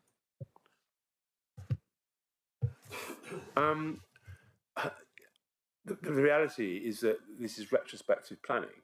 That vines have been planted, surely with knowing the need for fencing to protect them, and now the applications come in. So I just want to establish the fact that it's a retrospective planning application given what's happened. I don't have any faith if the trees or the vines haven't grown enough in the 5 years to how is it going to be removed? I mean, in recent history, as we know, porta cabins are still there that were given a time period, and then it was extended, and now there's an application lodged for a car park where those porta cabins are. I've absolutely zero faith that even if the trees if they haven't grown high enough, the fence won't be taken down. Absolutely zero chance. There isn't the finances now to for HSDC to be chasing people, and probably won't be in 5 years' time. So no, I have zero faith. I mean, as for the vines themselves, I don't object to vines being planted. It's not about that. But if you go and stand on the golf course up at Thurleston, even now in this picture, which I didn't manage to get to put up on the screen today, you can see, if you go and stand up there, you'll see in the sunlight just glaring, even the fencing that's been put there already, let alone what's going to be put on top of it. And there's no, everybody admits that the first nearly 2 metres is going to be permanent anyway. I don't know what impact that has on other wildlife as well that obviously can't get through it. I don't know what the deer fencing will be in terms of at the bottom sort of 12 inches. I don't know. But I mean, it's just the way this has been done. It's just gradual mission creep the entire time, and there will be numerous other applications in relation to this vineyard over the next few years. I have absolutely zero doubt about that either. We have to judge this application on its own merits, and not we can't think about what else might happen or whatever. Any other questions to the Councillor Rowe? Yes, thank you. Could I ask you, what would you like to see there instead?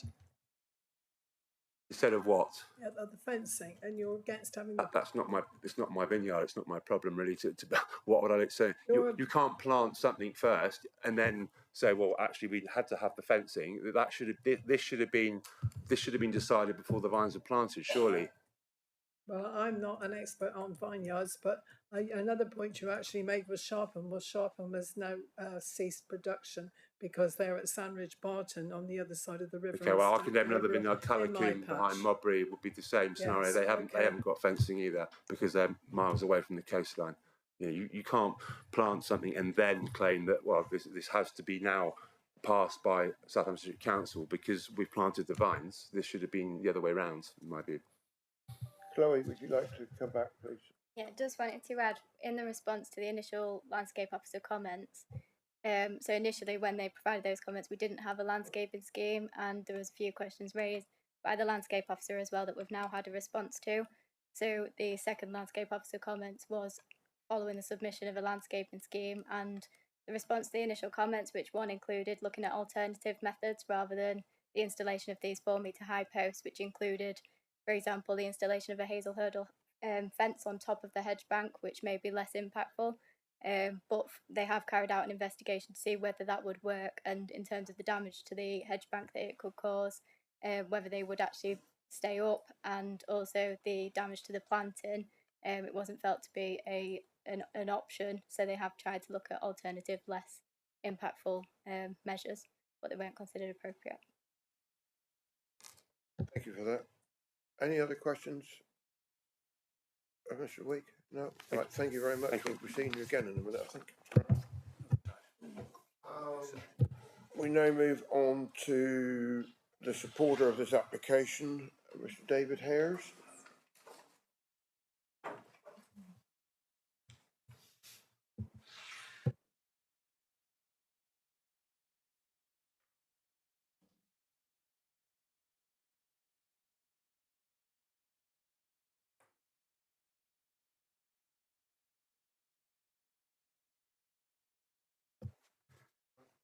Councillors, thank you for allowing me to talk this morning. My name is David Hedges. I'm an experienced landscape architect with offices in West Sussex and Devon. I'm here to represent the Bantam estate and answer any questions you have regarding the proposals for erecting temporary shelter netting to help establish shelter belts around 2 vineyards at Bantam. I've worked for the estate and prepared the drawings for the 2 applications. I've also prepared a landscape and visual appraisal.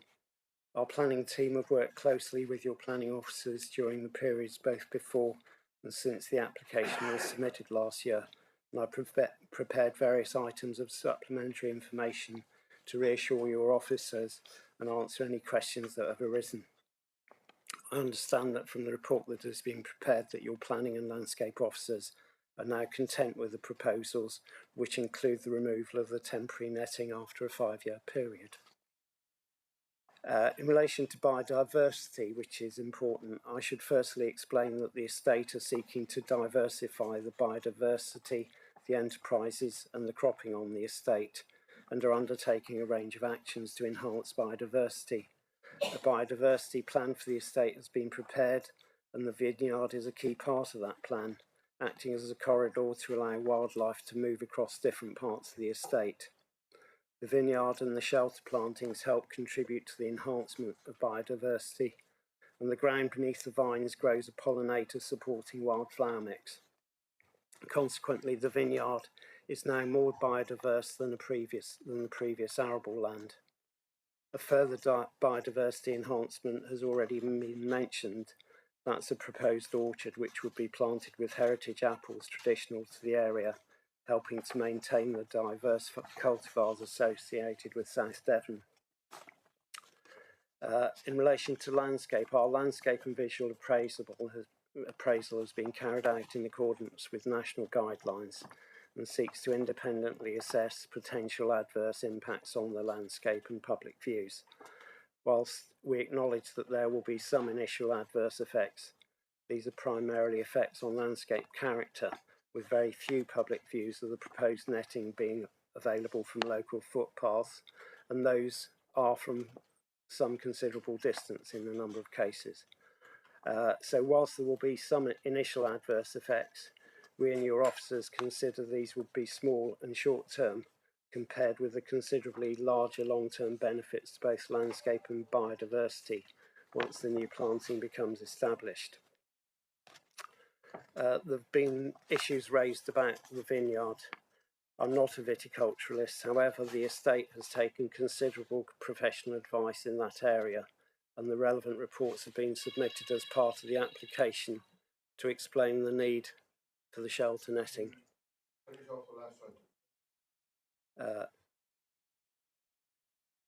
Thank you very much for your time, and I'm here to answer any questions you have.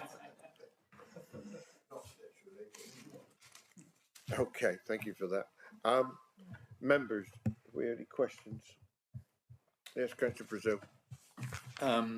Yes, thank you, Mr. Hedges, and for your presentation. I'm interested in you talk about an increase in biodiversity. I have to say that from my experience of seeing vineyards abroad, that I wouldn't say that the biodiversity has been massively increased. It's, you know, like many crops, it tends to be a monoculture. So in your view, what sort of pesticide and herbicide arrangements would lead to the biodiversity increases that you've talked about?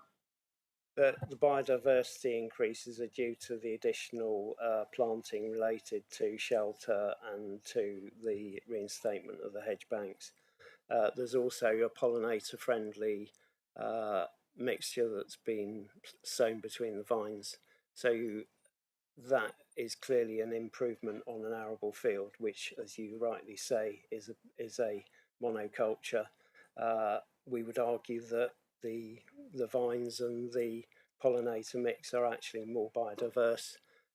We've noted hobbies hunting over the fields here, which we don't believe were there when the arable cropping was there. Certainly, you've mentioned bats, and again, the pollinators support insects, and the insects provide food for bats. So I think we can argue that actually there is some biodiversity associated with a vineyard which wouldn't be present in an arable field. Thank you. Councillor Long. Some specific questions, Mr. Hare. I have to say, I don't have a problem with the sort of planting and agree that there will be an increase in biodiversity by the additional planting. But some questions, there are aspects of it. Obviously, you've got the hedge banks, and you know, what height would you expect those hedging plants to be sort of maintained at, and how well do you think they are going to establish? Because obviously you are gapping up, as you say, some of the Devon banks, which will mean planting amongst established areas. So how well do you think they will increase and grow? And then with the other tree planting, how well do you think they are going to grow? And considering you're putting them at I think you've said that they've already established and they're 1.2 metres, I've seen in the report, having been planted at 600 to 900. How quickly do you think they'll grow? Because obviously we're talking of 4 metres height of the paraweb. The other question is, you've got the shelter saplings and the lines that are going in, and they are alder and hornbeam, correct me if I'm wrong. What height are these to be allowed to grow to? Because obviously they have the ability to grow quite considerably, and are they going to be sort of cut and maintained as a sort of a semi-high hedge, or are they going to be allowed to grow as trees? Because obviously we have a landscape impact here, and I think question to you, you've said you're not an expert in vineyard. You've talked about the landscaping and the increase there, and I don't have a particular problem with that, and I think it will improve the biodiversity, potentially will improve the look of the area. But don't you agree that, as has been said, that it's sort of cart and horses, that really all of the landscaping should have been put in before the vines were planted? Wouldn't that have been a better way of doing it? And what impact in establishing those hedge banks and those trees will the paraweb have? Will they be weaker once that is removed, or do you believe that they will be well grown and able to withstand strong winds and the salt-laden winds in that area? Okay, series of questions there. How high would the trees and the hedges be maintained? The hedge bank, well, if we look at the helpful photograph there at the moment, the hedge bank is of the order of 1.5 metres high at the moment, and the vegetation growing on top of it is in parts getting up to the height of those posts. Those posts actually need to be trimmed. They weren't ever trimmed, so they're up and down a little bit. They were driven in, and they're probably more than the 4 metres high. So in some ways, the height of the post is slightly misleading. The intention would be for the alder hedging to be, sorry, the alder and hornbeam. I think we're actually talking beech from memory rather than hornbeam, but I'd need to look at my document. That would be maintained at a height of 4 to 5 metres high, I would imagine. So the overall impression would be not of a line of trees, but more of an overgrown hedge bank. So that would be more characteristic of the landscape of this area in any case. The paraweb and whether paraweb will, the removal of the paraweb will somehow lead to the trees blowing over. Paraweb is scientifically designed as a temporary shelter netting. It's permeable and it's not. It's actually strips that are about this wide, so the gaps are about that wide too. So bats, if they did want to fly into it, would have massive gaps to go through. And I think there isn't an issue with bats flying into the paraweb. But the whole intention is that there's a scientifically designed permeability within the paraweb fencing such that it creates a shelter zone behind it, which is up to 25 times the height. So the whole thing has been designed so that it's permeable, and the permeability to a certain extent apes what the natural vegetation will be like. So once it's removed, the vegetation will take over.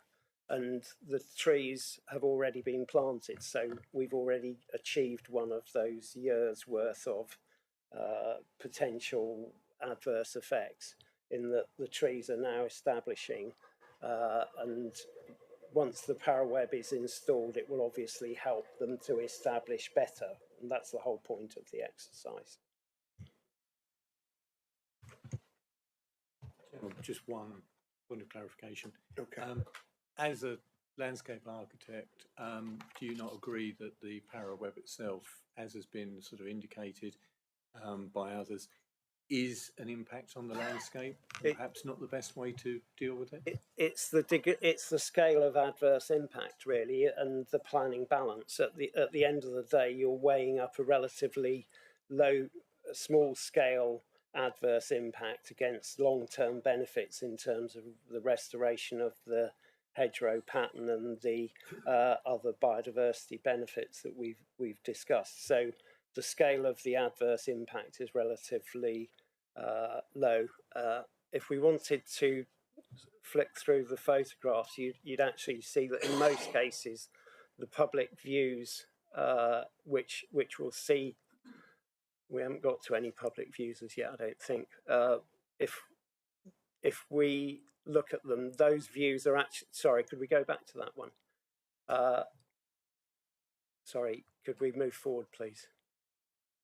That view shows you how, from public views, and that's actually, looks to me like a telephoto lens.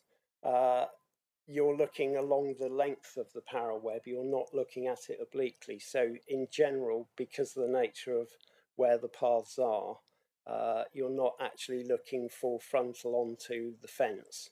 So it isn't dissimilar to the view that you would see on the left, but obviously you're looking down at it from a distance, or looking at it from a distance. Thank you. Anyone else? No. Okay, thank you very much. We don't have anybody from the parish council, so we'll move on to the 2 ward members. Councillor Pearce, do you wish to say anything?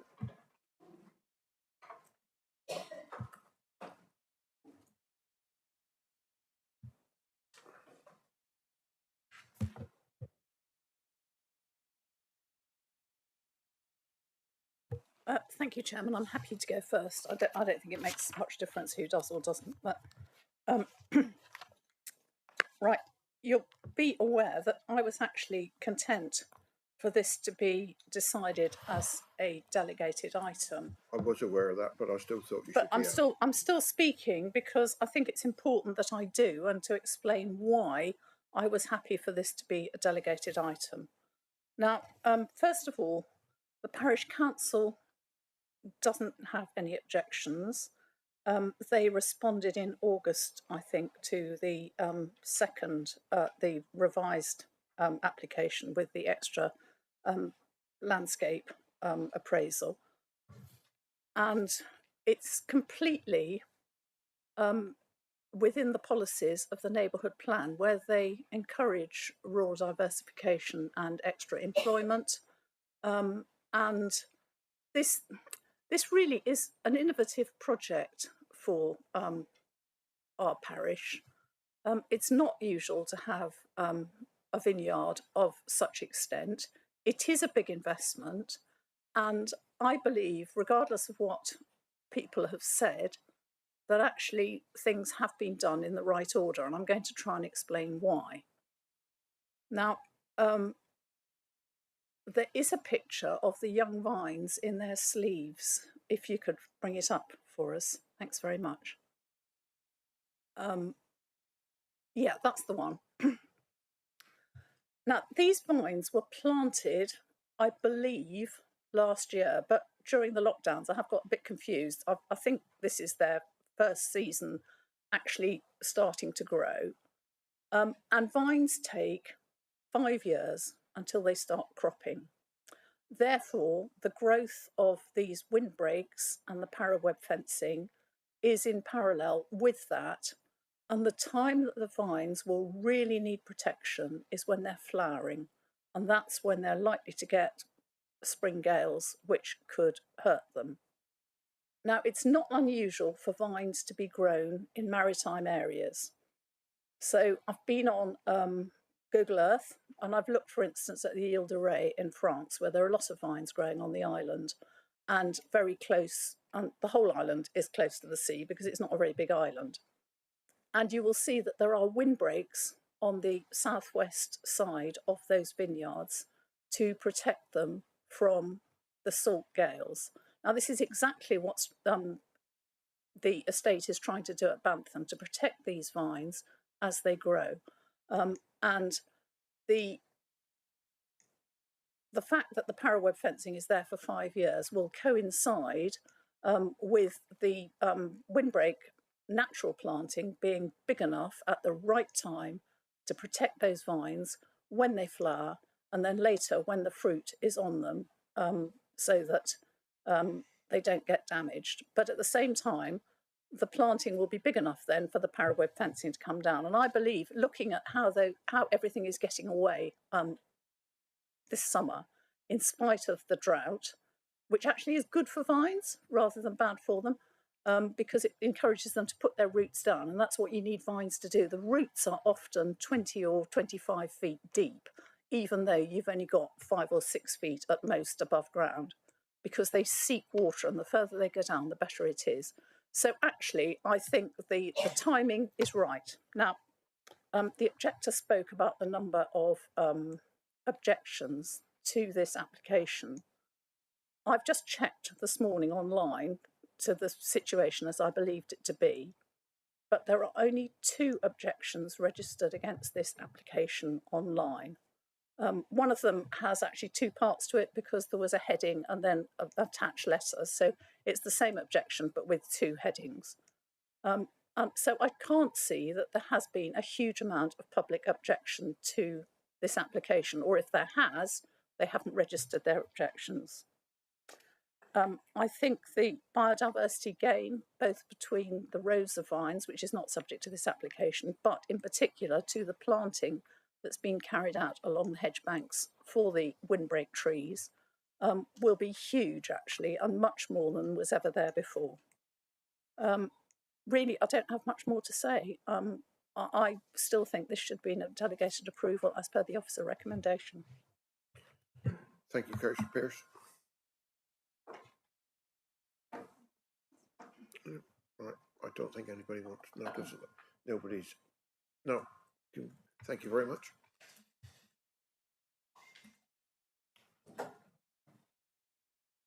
Councillor Long. Thank you, Chairman. I did ask for this and the subsequent application to come to committee because I think it was important for the committee to see it and understand it, as there is sort of an important principle of utilising para-web fencing in the landscape, and particularly in this important landscape, and the potential for impact. I don't have any problems or criticism of establishing a vineyard. I do have a question about the potential sort of timings of things for the requirement of the para-web coming in. I think it is, as I said, planting of trees, anybody who knows me, planting of trees, improving hedgerows is, one of the things that I press for frequently. So I think it is important that, it will improve the area. There will be a visual improvement, but I think for me, I wanted the committee to see and have consideration whether the visual impact of the para-web was justified for over a period, because it is, it is 5 years. We know how fickle trees and hedgerows can be in getting established.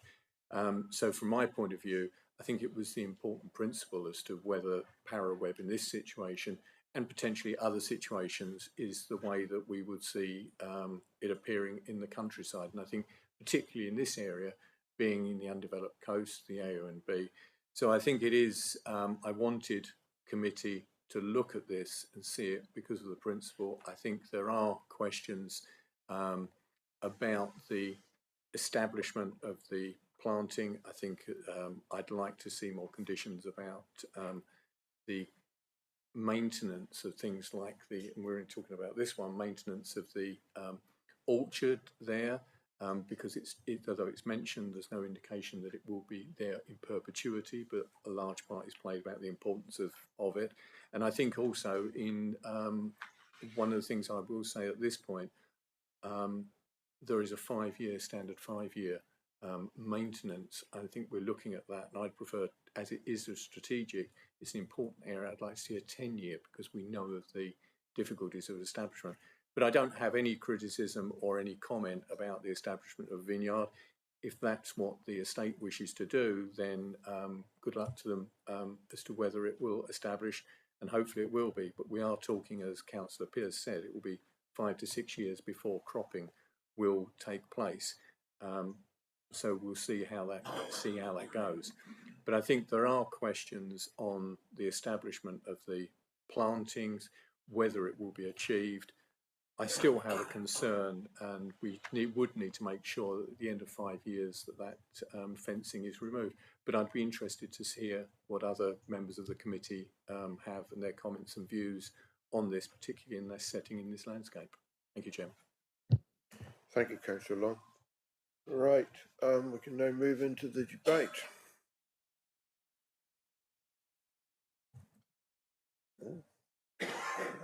Go on, Councillor Elton.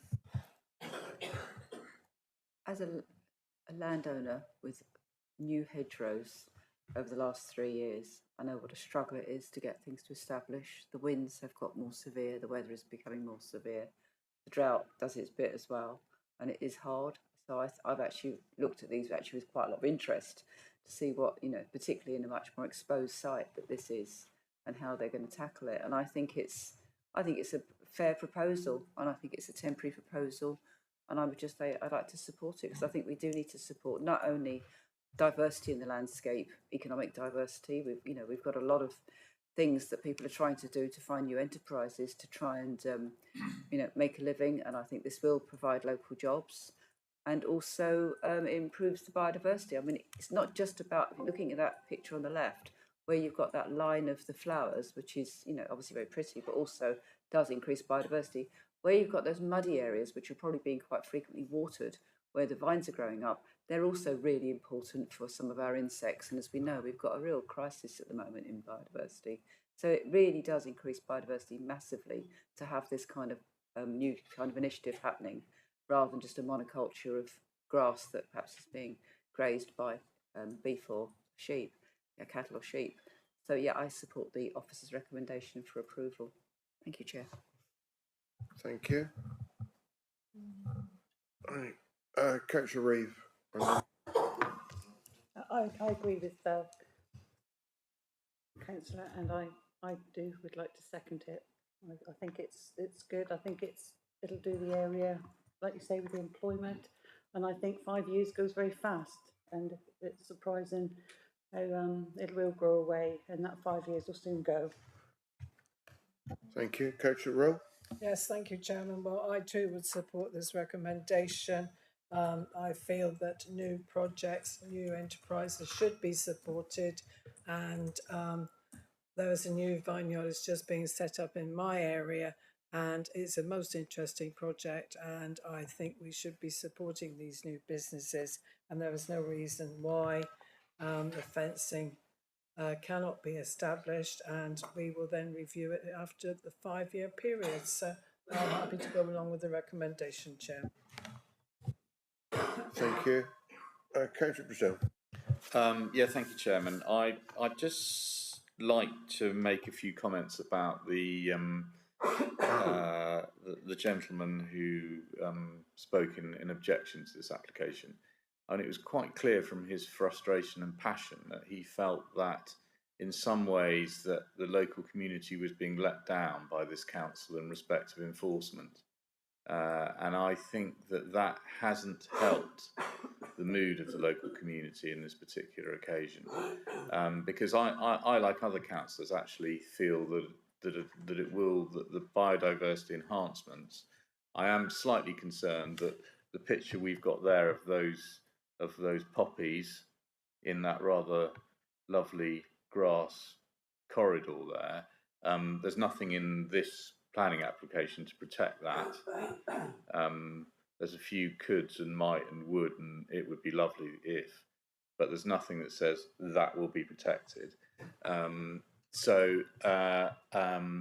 But I do think that the increase in trees and other planting will definitely increase biodiversity, and in that sense I'm supportive of it.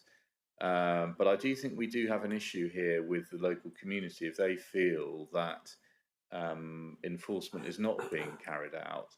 That Mr. Wigg made it quite clear that he didn't feel that the 5 years would be stuck to, and then we wouldn't do anything if the 5 years. And I think that's disappointing. Personally, I think we would stick to it, and it would, after 5 years, if it hasn't come down, we would enforce it, unless there are very good reasons why not to.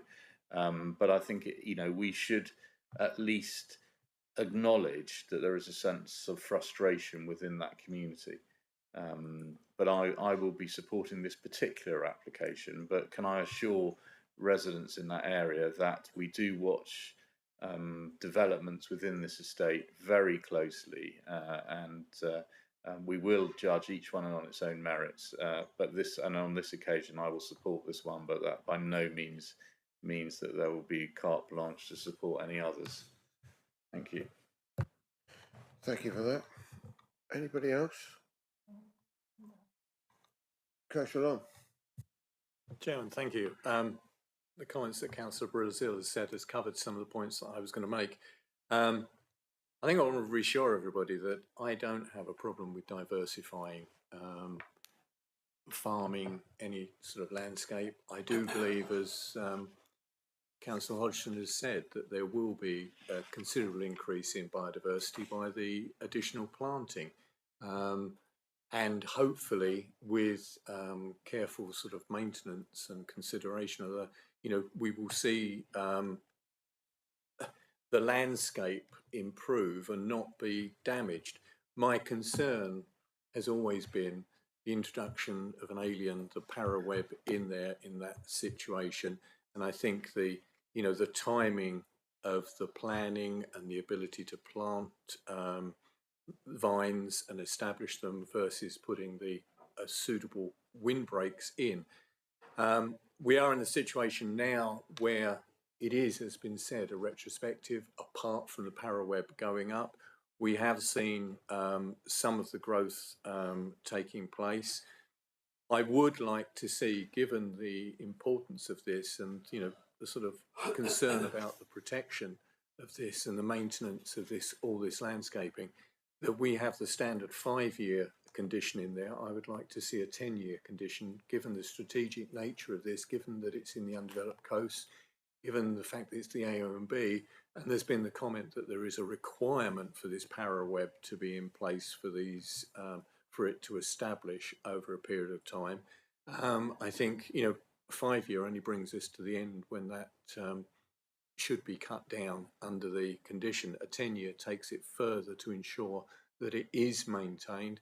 There are aspects of the landscaping plans that I have a problem with, in the fact that weeding will take place by the use of glyphosate in it to take out. So, you know, the biodiversity there, I don't have a problem with the usage of glyphosate in certain places, but I think in a situation like this, I think it would be difficult to control it. So there's aspects of the landscaping plan I have a problem with. I don't have an overall problem with the vines going in. They will change the landscape and the views. I think the concern for me is ensuring that what we've had indicated as being a mitigation, and that's what it is for this, is maintained. I would also like in this application for the Devon Orchard, the Heritage Orchard, to have some form of protection on it to be included within the conditions, because it's been put in there as being, you know, a mitigation, and it's been part of, you know, indicated as part of the application and, you know, push forward for the landscaping, but there's no indication that that will be there for perpetuity.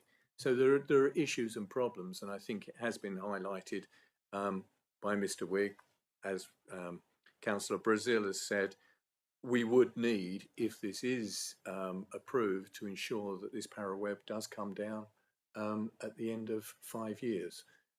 Because it will be an extended, and it would be reinforcing the concerns expressed by our landscape officer as well, who has, you know, it is incongruous. It's been accepted that it is incongruous in the landscape. If it is necessary, then I question that. I question that timing, as you all know. But I think the point is that it does need to come down. And if this did not come down, then I think it would reinforce the concerns of local residents, and I think also be going against our own officers' comments, landscape officers particularly, and I think it would be very poor. I would like some clarification from the monitoring officer on the wording for the reason that I raised before, because it still does appear to me to give a bit of a wriggle room, where it says may be reviewed in light of circumstances prevailing at expiry of the permission. I still have a concern that allows some wriggle room, that it would not be taken down if there are issues with the establishment of the vineyard or the protection planting. Thank you, Chairman. Yeah. I was going to ask about these conditions that the councillor has put forward, whether they are whatever. I'll come back to Ms. Icelander too. So with regard to the conditions, I think in terms of condition number 5, it does actually mention the Heritage Orchard area, east site, and the fact that the planting should be carried out in accordance with the plan. Then also goes on to say that all planting and landscaping, which would include the Heritage Orchard, shall be maintained for a period of 5 years. I think it's acceptable that we could increase that to 10 years, as you've asked. With regard to the other condition, the reason really that you're referring to, it's the last line. Yes. That gives me concern.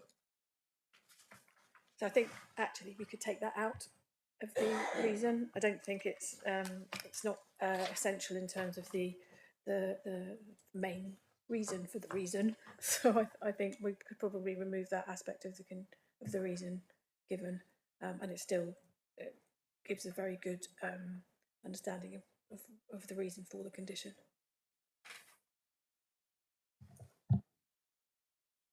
Okay. I'm just going to have a few words on this one. As you know, I farm on the coast and I've planted a lot of trees in hedges, put in hedges and one thing and another. I will defer to the experts, but I will be pleasantly surprised if the planting does achieve what they say it'll achieve. Great if it does. I'm also very much for diversification, so I should be supporting this application. But I do have a niggling doubt in the back of my mind whether the actual planting will achieve what they say it'll achieve. But those who live longest, as they say, will see most. So we'll see. So, have we? Yes, Councillor Hodgson. Thank you, Chairman. I've just picked up on something that Councillor Long said. I hadn't picked up within the reports about the use of glyphosate, which I would personally have a really big issue with. If this is about net biodiversity gain, there is, in my view, no place for the use of glyphosate. It is, very toxic material. It does linger in the landscape, despite what people say. And I know there's different views around this room. It's been raised before, but I would like a condition in there that glyphosate is not used. I can't see any purpose of it. You know we're going to fall out on this one. Where is your scientific evidence of what you've just said? Because that is not the case. The scientific evidence I've seen, it's not toxic. It's a very adequate weed killer. It doesn't stay in the soil once it's touched the soil. Neither one of us are experts in that field, and I don't feel that you should be able to add that on hearsay. I withdraw my support for the application.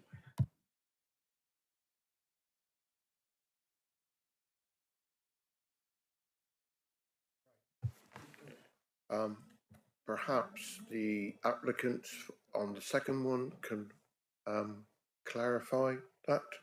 I can't ask you to speak now, but you've heard what's been said, and you can clarify that matter. Okay. Right. Yes, Councillor Panel. I think the glyphosate issue is a separate one. I think it is quite commonly used in vineyards for the purpose of protecting the areas around the vines. I don't think it's something we should confuse and conflate with the fencing that we're discussing now. We have no power. If we turn down this application, we have no power to stop glyphosate being used. I therefore am happy to.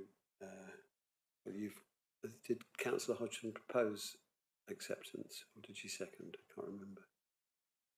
I withdrew it. But originally you proposed.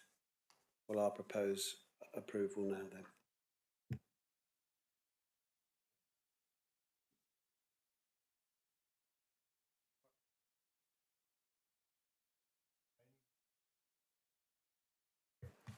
Any more comments before we go forward? Councillor Taylor. Yes, thank you, Chairman.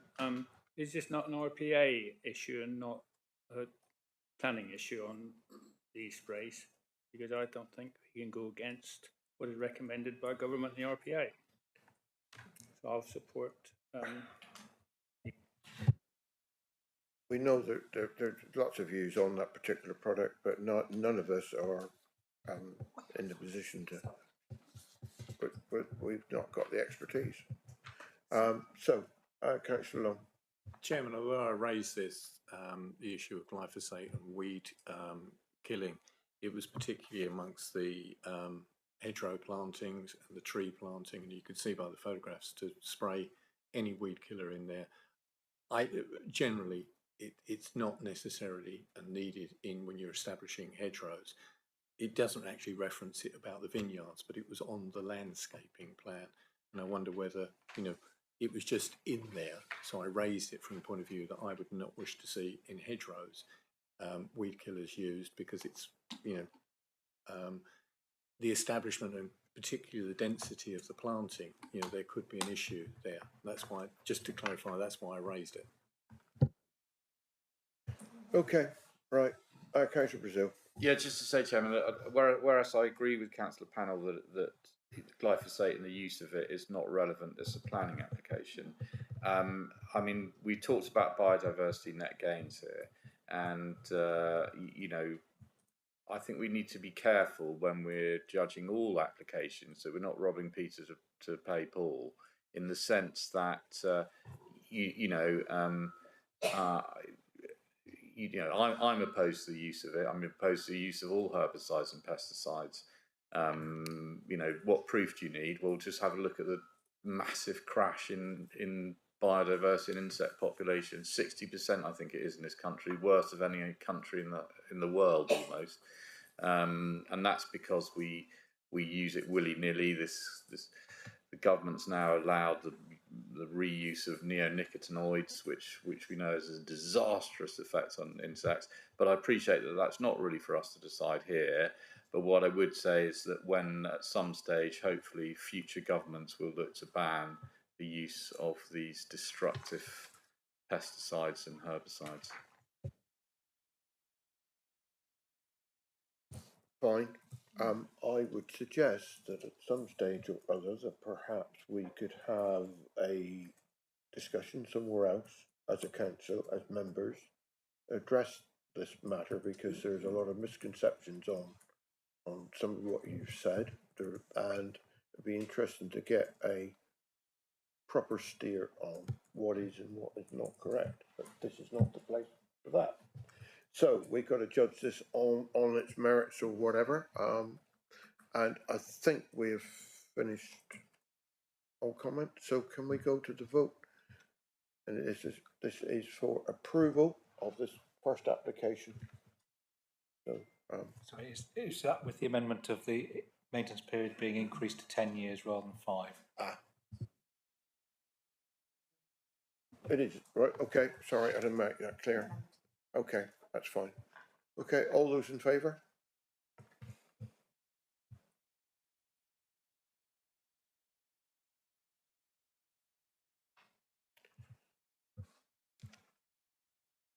Okay, those against? And abstentions? 1. Okay, right, thank you. Right, we'll quickly move on to the next application, which is another vineyard.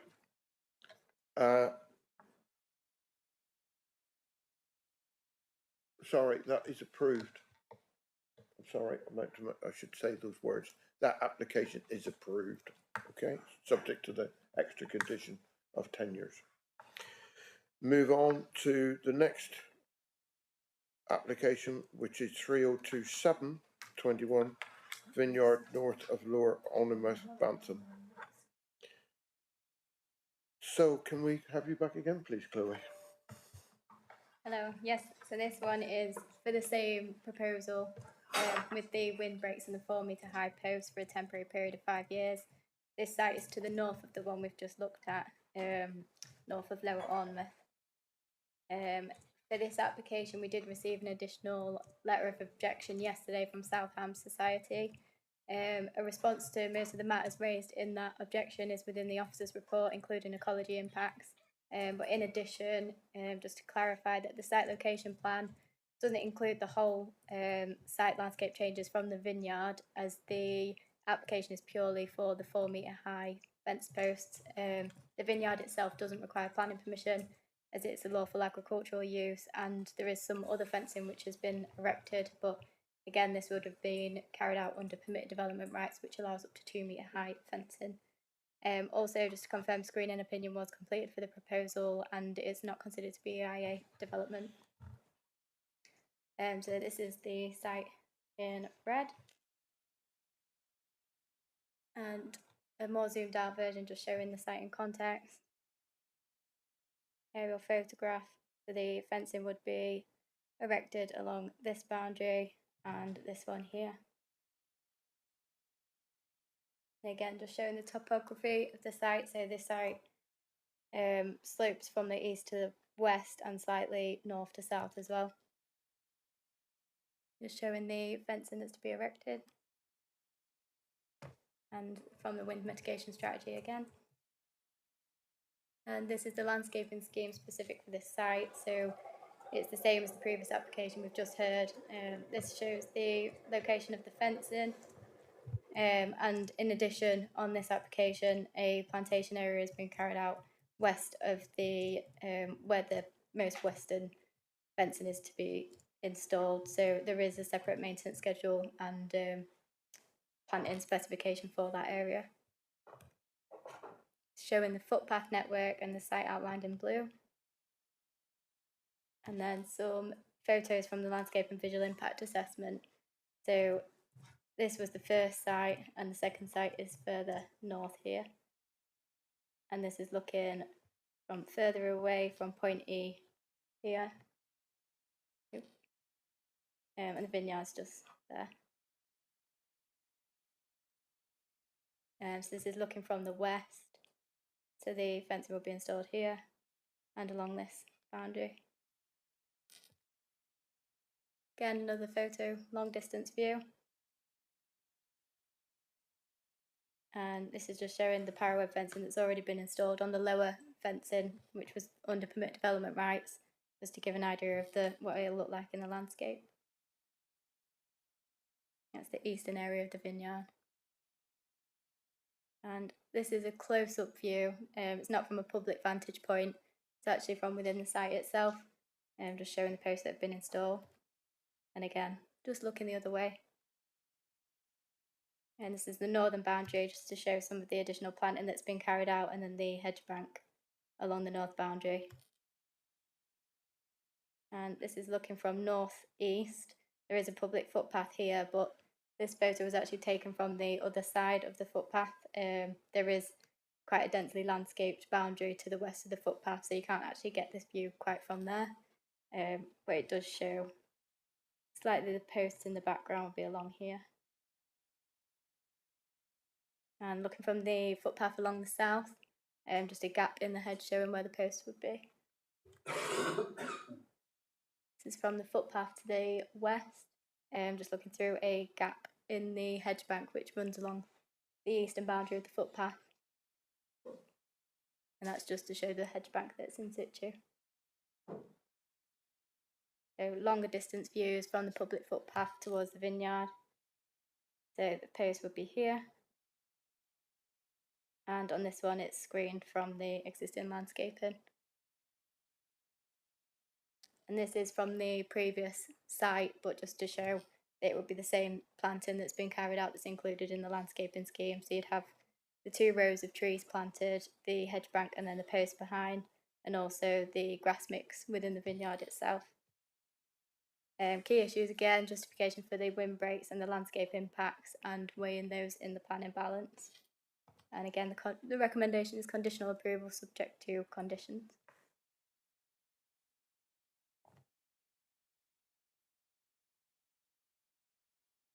Thank you.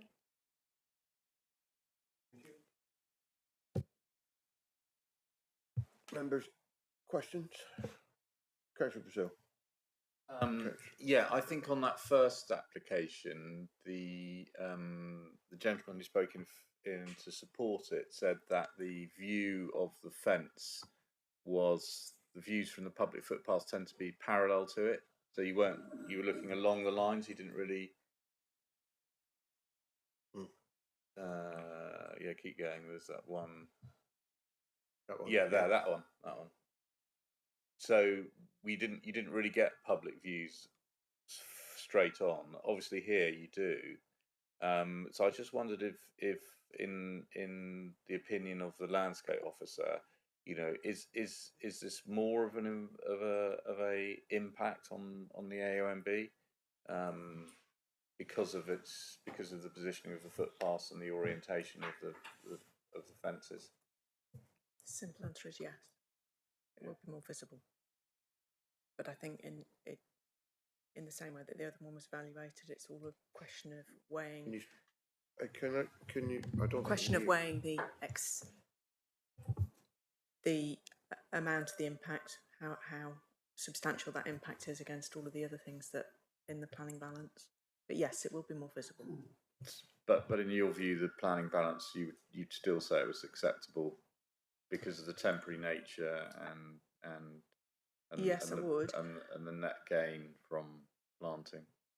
Yes. Those sorts of things.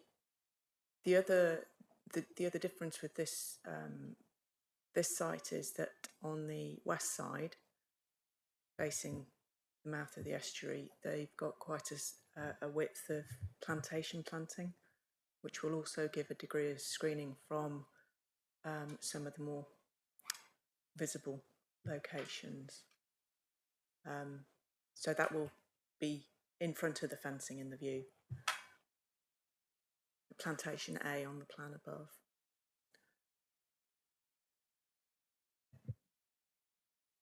Thank you. Councillor Hodgson. Thank you, Chairman. So I've taken this bit of time to sort of check out the ecology statements, or as they're listed on these. We don't seem to have a full ecology report at all. And the statement just refers to spill mats. Would you like to tell me what spill mats are?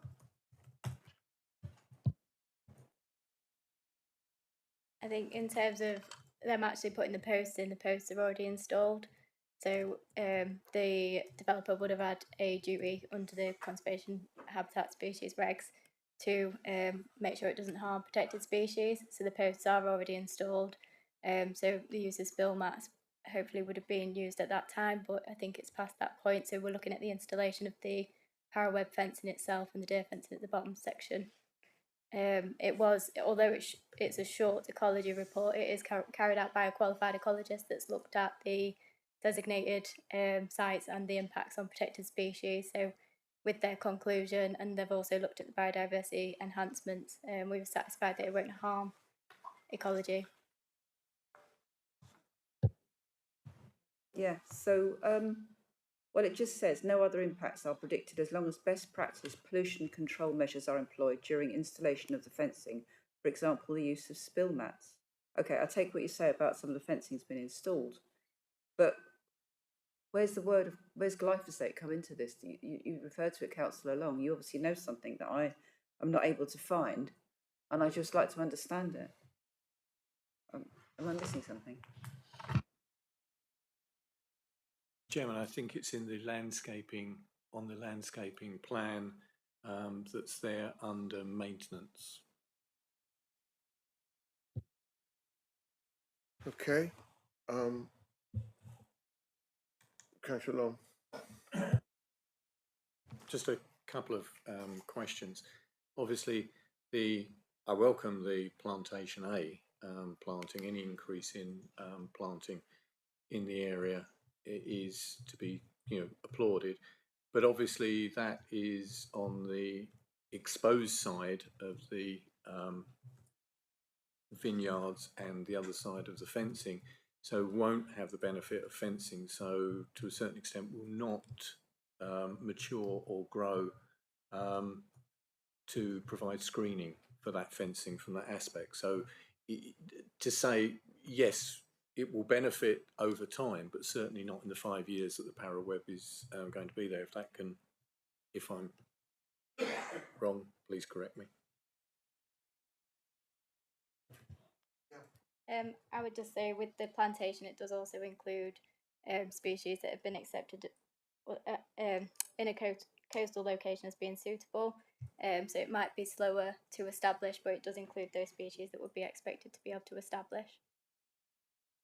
Chairman, it won't address the issues that I've raised previously about the concern about as the landscape officer has said, that this is a more exposed location with more visibility from footpaths. This will not provide a screening over those 5-year period, will it?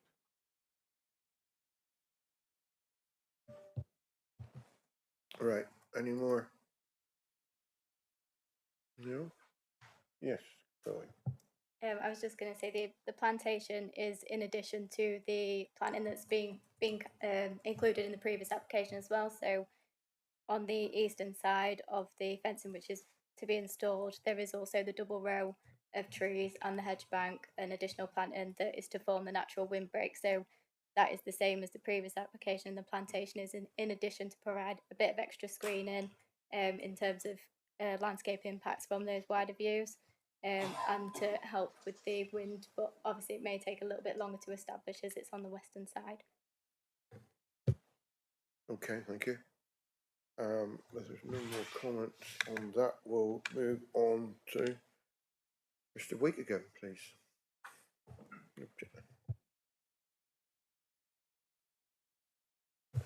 So I didn't realise I was going to speak twice today, so I've just got 2 questions really, and I'll repeat one of the questions I asked earlier. Who and why asked for a second landscape officer's opinion? And secondly, in reference to Councillor Pearce's comments earlier about only two objections to this application, can I just point out, for those that don't know, in the village of Bantham, I think I'm right in saying that there's only one household in the actual village itself that own that property and live there all year round. Everybody else either lives in the Bantham estate house as a tenant or it's a second home. So that is why there are so few objections often to Bantham estate applications, because those that live in tenanted accommodation on behalf of the estate cannot comment, and the others don't live around here. So that is, my 2 points I want to make. Okay. Thank you. Anybody got any comments to make, whilst Mr. Wicks there? Right. Okay. Yeah. Chairman, if I might just to say, an independent member and not part of, council officer or whatever. Quite often, when we get a response from an internal consultee, be it drainage, be it landscape, if they're not happy with what's that, there will be then a further discussion. And so on many occasions, there will be a second opinion that's taken, given extra information, giving mitigation that may have taken part after the first explanation. So whereas I understand your concerns, I can assure you that it's by no means a unique or in some way a sort of an occurrence that doesn't happen often. So I hope that might allay your fears on that. I mean, and I say that as an independent person of the council, in the sense I'm not part of the officers. No, I understand that. I just want the committee to know that over the last few months and years in Bantham, there are numerous people, residents that live in and around West Buckland and Bantham, that have disagreed with certain elements of applications, that have since had moorings removed, had car parking declined because they've made comments, and I'm sure I would be one of those as well. So I hadn't applied for anything, but if I were to, I would be in that same boat. So I just wanted people to be aware of what is going on in Bantham. This is not, and as Councillor Pearce's comments, there's only two objections to this. There's many things going on in the background. That's what I want to point out. Right. Thank you very much. Okay, we'll now move on to our supporter again, Mr. David Hedges.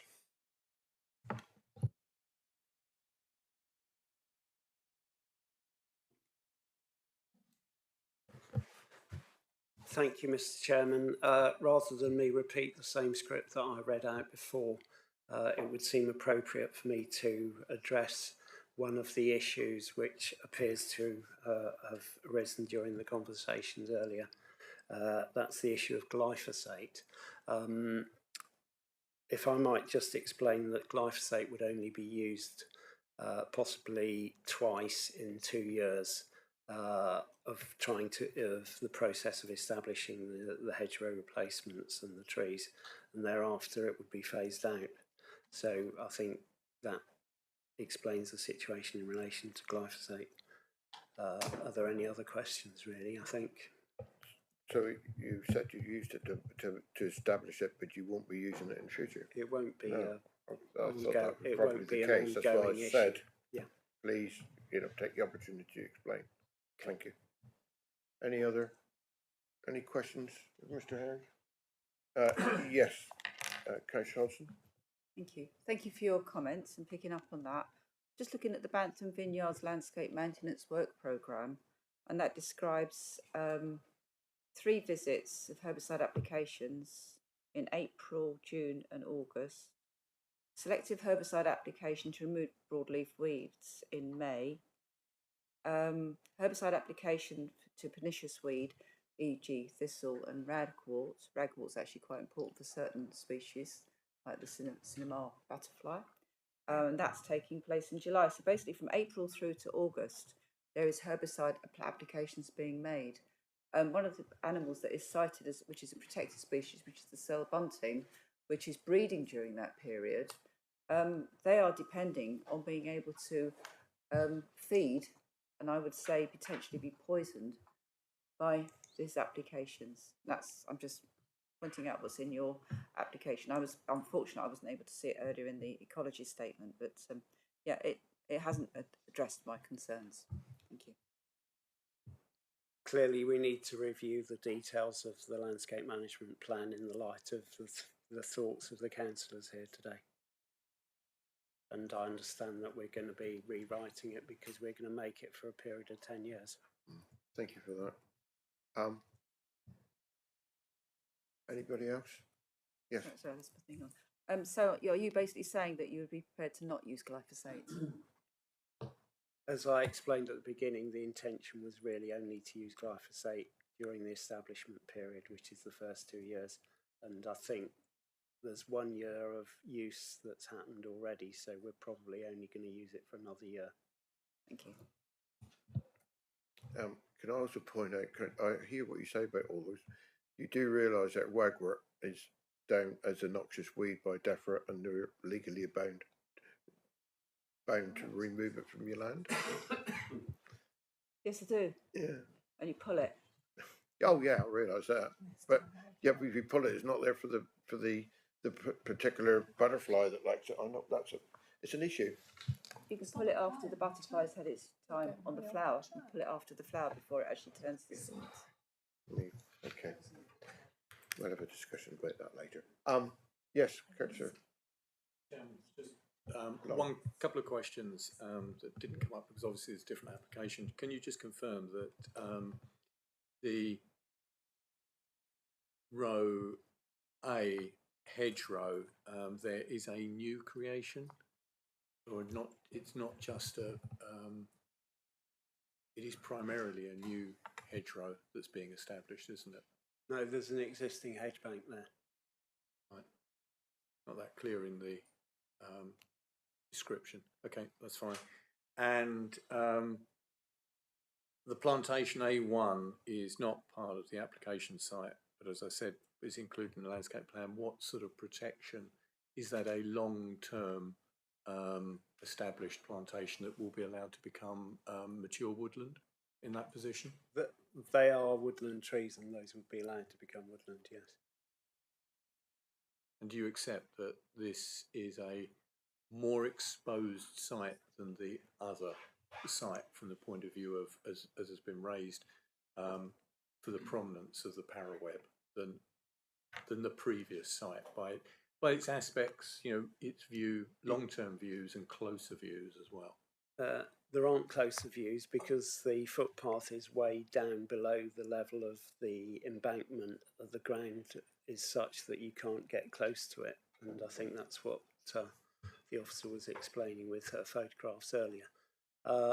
You can, however, see it from the opposite side of the river from the golf course, and the plantation would help with that particular view because that's one of these views where you're looking at it from the east or west rather than the south, so you're not looking at it along the rows.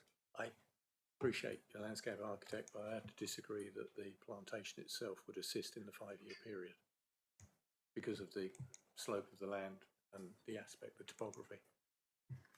But that's, you know. Yeah, there is a photograph there. You can have a discussion on that in a minute. Chloe, did you want to come back in? Yes, it was just to confirm that in terms of the herbicide and the maintenance, it does say on the landscaping programme that it's just for year 1 while it establishes. And also that the plantation A1 to the west of the fencing is included in the landscaping scheme, so it would be under the condition to be secured and maintained. Right, thank you for that. Thank you very much. Right, we now move on to Councillor Pearce. Do you wish to speak again, please? Ward member.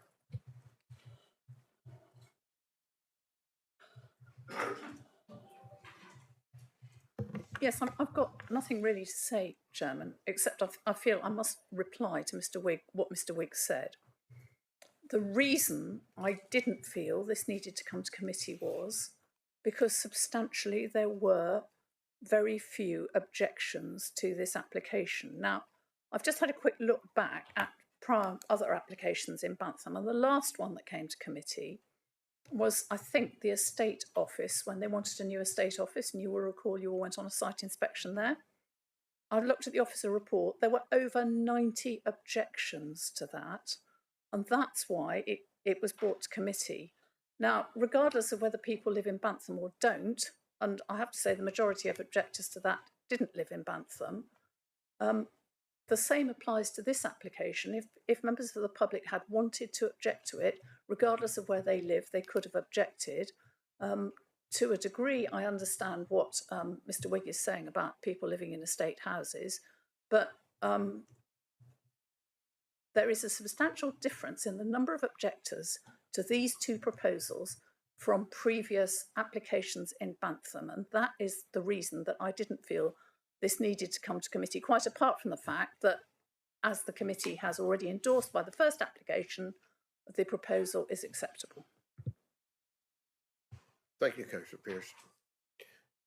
Councillor Long, the other ward member. Chairman, I think I've said everything before, but I'll reiterate again that this application is not commenting about the establishment of the vineyard or all of that element. We are looking at the paraweb, and that's the point, with the landscaping included as a form of sort of mitigation and linked to it closely.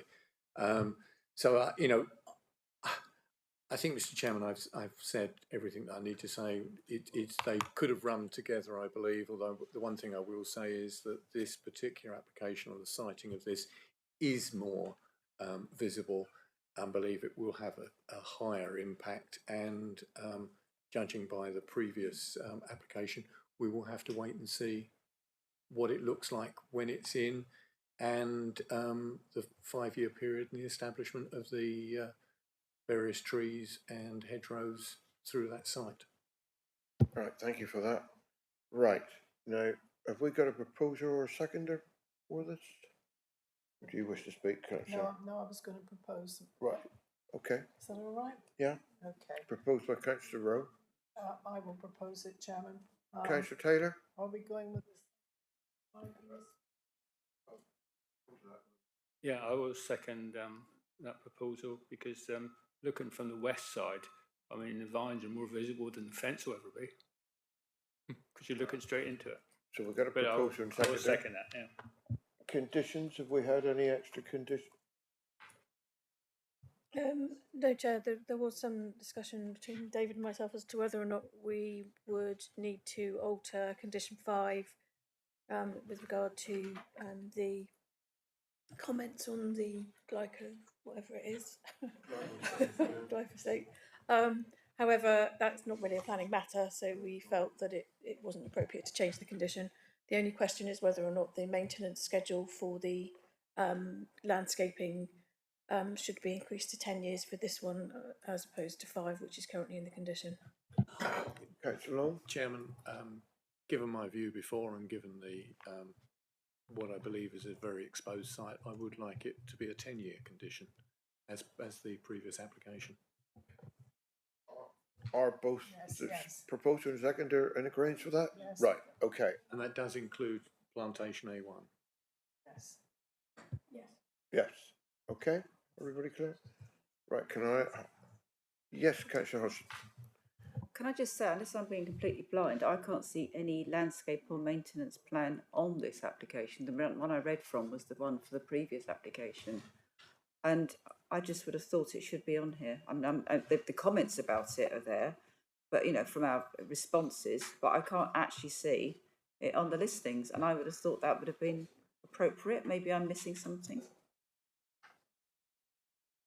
I do believe it is on there. I've been using are you on the website? Sorry. Yeah, it should be on there. It'd be nice if it was, because I would just have checked that to make sure that it was the same as the one for the other one, but it's not. As far as I can. Okay. Can I have a show of hands, all those in favour of this application for approval?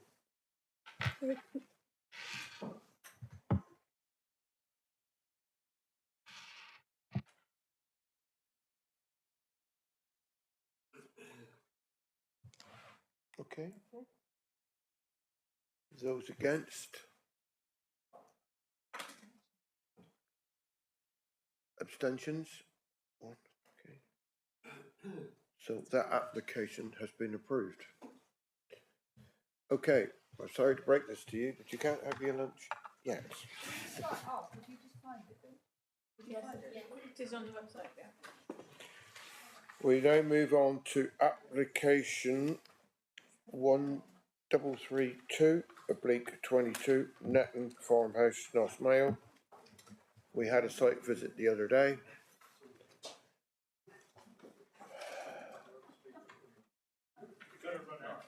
Got a runner at the moment.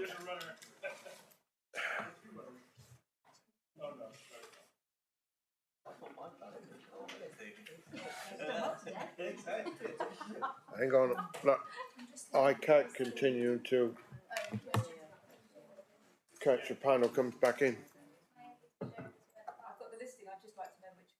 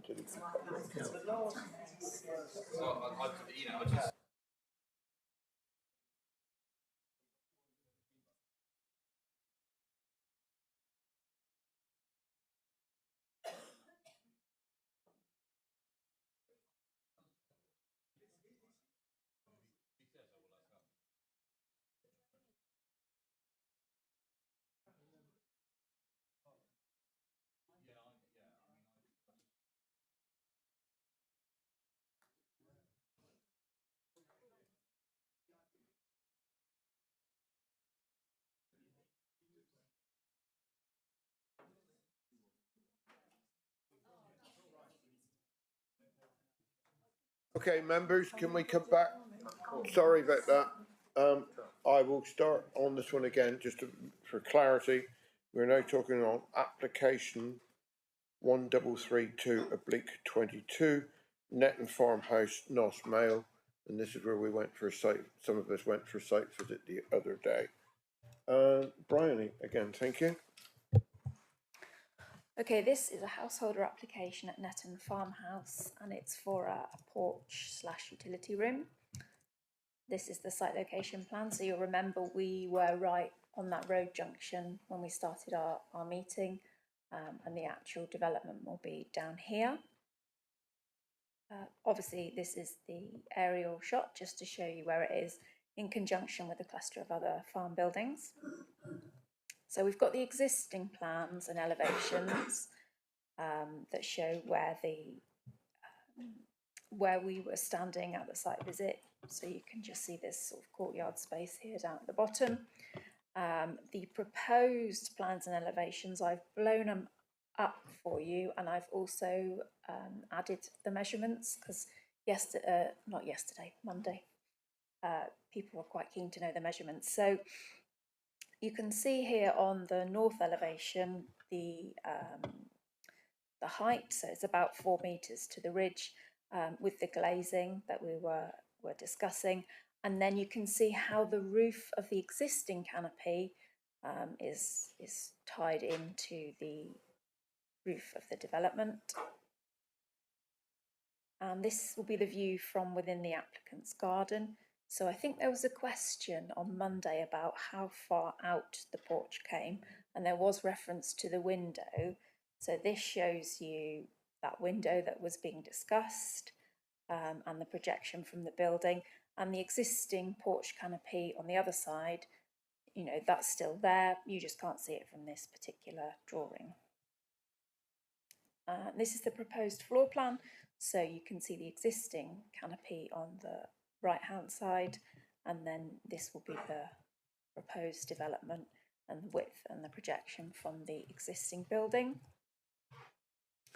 And these are the photos. So this is the the principal elevation, and then the site of the existing canopy and the bay window, and then the view from within the applicant's garden. Now, the application is recommended for refusal. It's the key issue really relates to the siting of a structure on that particular elevation and the proposed design in relation to the host dwelling. And I should also point out there should be a correction to the report.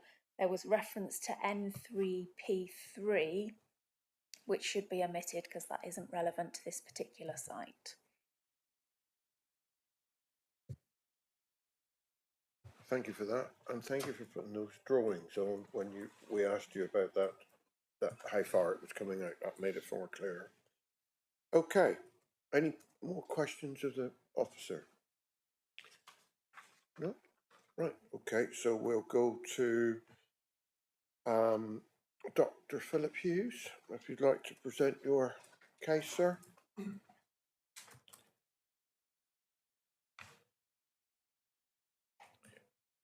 you just let us know when you want me to. Yeah.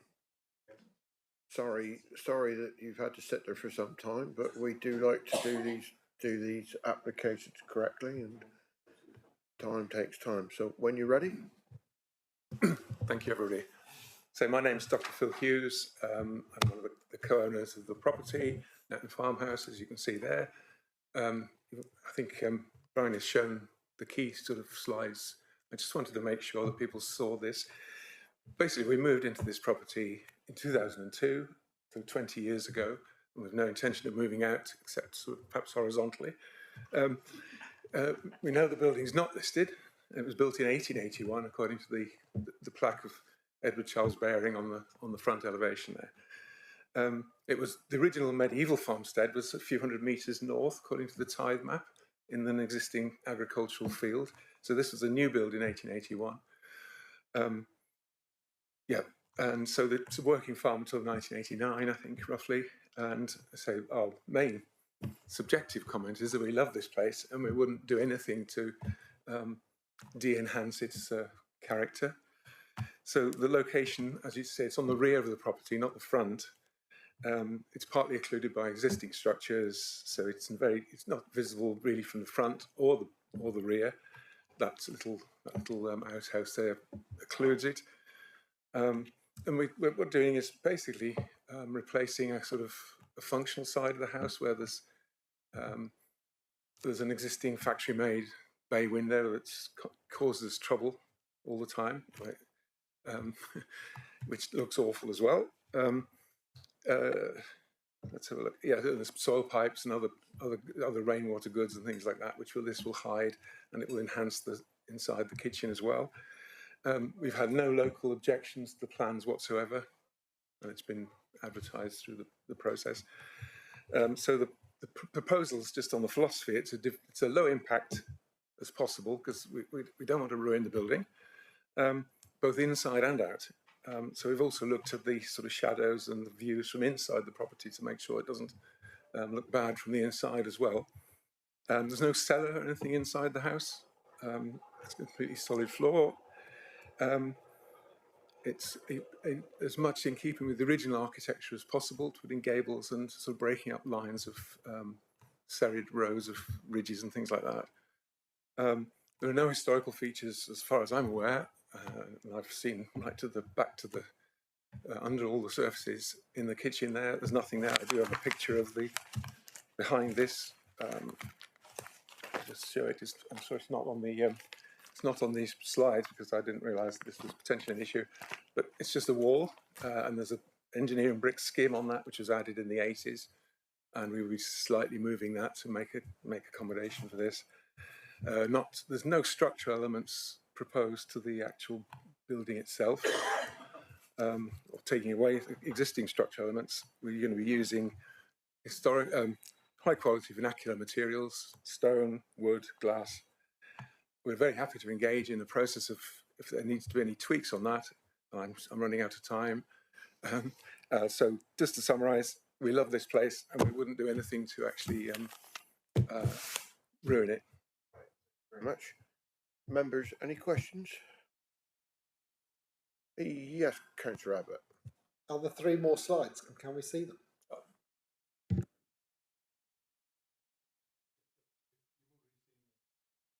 The photographs. Yeah.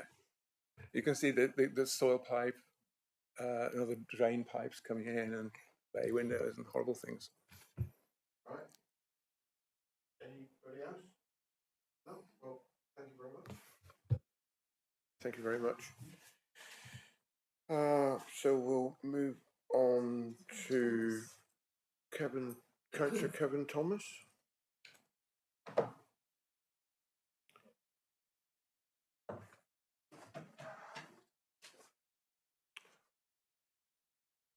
I was going to say good morning, but it's good afternoon. Sorry. Good afternoon, everybody. Kevin Thomas, Vice Chair of Newton Nos Parish Council. I'd just like to go through a few points. I did have some slides, but I didn't realise I had to send them beforehand, so I'm going to read them out.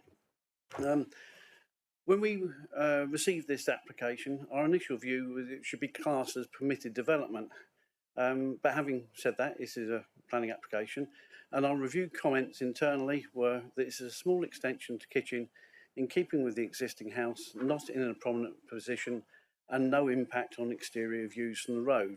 It is behind the house. We support the application and raise no concerns regarding the N3P, our neighbourhood plan, the JLP, or concerns relating to the AONB. Our simple response on the planning portal was support. The planning officer's report lists on page 3 that they consider it a building of non-designated heritage asset. However, she then goes on to write, it is noted that such consideration does not preclude development, but rather that appropriate weight must be given to the asset in consideration of planning balance. And the conclusion, there's a list of paragraphs in the JLP and 4 planning policies from our neighbourhood plan. And I'd like to pick up those 4 policies. The first one listed is N3P1C regarding the village settlement boundaries. So the planning officer is saying that it contravenes this. The village settlement boundaries in N3P1 was related to control the scale and ensure the amount of housing is in keeping with the size of the settlement locality. It was never aimed at new builds and was never intended, it was aimed at new builds and was never intended to apply to small extensions to existing building. Therefore, we classify N3P1 is not relevant to this planning application. The next one was N3P4, 2 sections A1 and A3. And in regards to the quality of the design, we believe that the plans actually show with slate roof, matching blockwork, brickwork, etc., doors and windows and timber to the painted finish to match the original house actually meet the requirements in N3P4. It matches the existing house. The third paragraph was N3P8. Development proposals required to not have a significant adverse impact on designated or non-designated historic and heritage assets and their settings. Netton Farmhouse is not a listed building, and there are no listed buildings within half a mile of Netton Farmhouse. Whilst it might be a non-designated historic asset, it does not affect any other historic assets. And the fourth one was N3P3. N3P3 is development policy areas, and it's aimed at respecting the low density of buildings. Netton Farmhouse is outside of policy areas 1, 2, 3 and 4. So again, this paragraph in the policy does not apply to this application. Can you just round up, please? You've had your 3 minutes. Whilst this is considered a non-designated heritage asset, we do not believe the small extension that you've seen is out of keeping with the building. Thank you very much. Members, questions? Right, you've gone off lightly. Thank you very much. Right, who's going first? Right. Councillor Thomas is going to follow Councillor Thomas. Is that age before or beauty? Yeah. Members, I won't keep you. I'm not going to you're glad to know this isn't a complicated one. There's no retrospectiveness here. There's no glyphosate. There's nothing at all. It's a nice, straightforward, subjective opinion I'm asking from you today. I called this in because I wanted the parish to have the opportunity to respond to the neighbourhood plan, because it is their neighbourhood plan, in short, and I think it's really important they have the opportunity to do that. I thank Councillor Thomas for doing so. I thank members for turning up to the site visit. That screen for me is what is most relevant. If you go to the officer's report and you look in the analysis section and you look at the section on the design, heritage and landscape, and you go down to the third paragraph, which reads, the proposal appears incongruous against the robust and traditional form of the host dwelling. I would simply say to members that I don't agree with that. That sometimes we have to disagree with the professional judgment of planning officers, and I would strongly urge you on this occasion, rare as it is this morning, where we've gone with officer recommendations all morning, I would urge you and ask you please on this occasion to consider both what Dr. Hughes has said in terms of the clear evidence of their love for the building, albeit not a planning consideration. What is on the screen, I would suggest, is a planning consideration.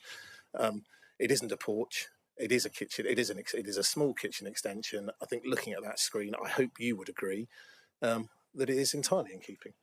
I don't think it damages the house. There have no objections. The parish support. The parish feel it's in keeping with neighbourhood plan policies. And for me, really, I have no issue with it whatsoever, and would urge you to support against officer recommendation. I don't think I need to say anything else, Chairman. Thank you, Councillor Thomas. Mr. Fairbairn wants to say something. Thank you, Chairman. Just before you go to debate, one of the paragraphs that's referred to in the report is MPPF 203, and I think it's probably worth mentioning in light of the comments that have been made. Paragraph 203 effectively says that when considering an application that has a direct or indirect impact on a non-designated asset, it is a matter of a balanced judgment, having regard to the scale of any harm or loss and the significance of any on any heritage asset. So it is a question of judgment for you. May I come back to him just to thank Mr. Fairbairn? I did in fact speak to the officer at the site meeting, and we agreed that it was a balance and it was a subjective judgment. I just feel that with what we can see on that screen, that my judgment, for what it's worth, is that it is in keeping. Thank you. Thank you, Councillor Thomas. Right, can we have Councillor Brazil, or Councillor Baldry, rather, please? I thought you might want to give me the opportunity to answer questions, Chairman. Well, which I'd love them to have asked you an awkward question, but nobody's doing it. Thank you, Chairman. Yes, welcome, Councillor Baldry. Yeah, I've been here all the time.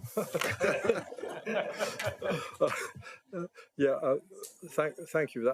We all have different parish councils, and when it comes to planning applications, we consider their views in different ways depending on how good they are.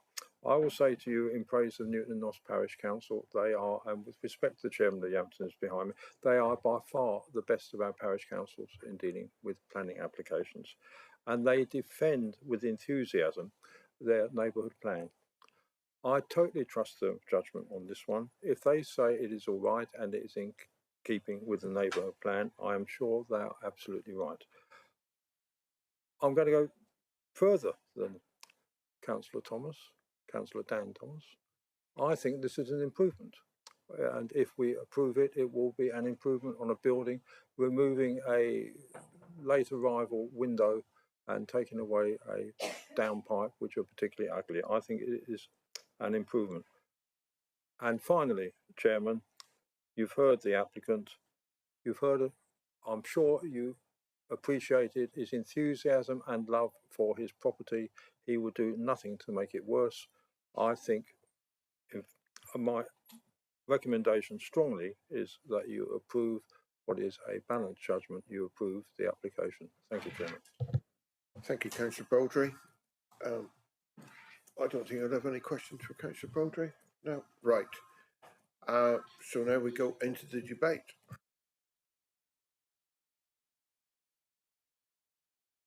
Yes, Councillor Brazil.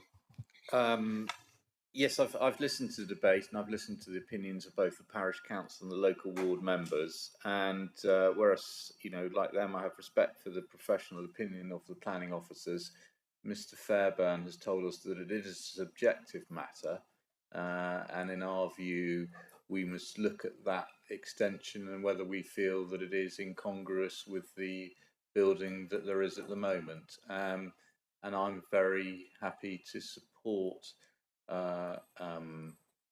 the local members' position and actually recommend go for approval, for conditional approval with all the plans, etc., which is against officer recommendations. So I propose conditional approval. Thank you, Chairman.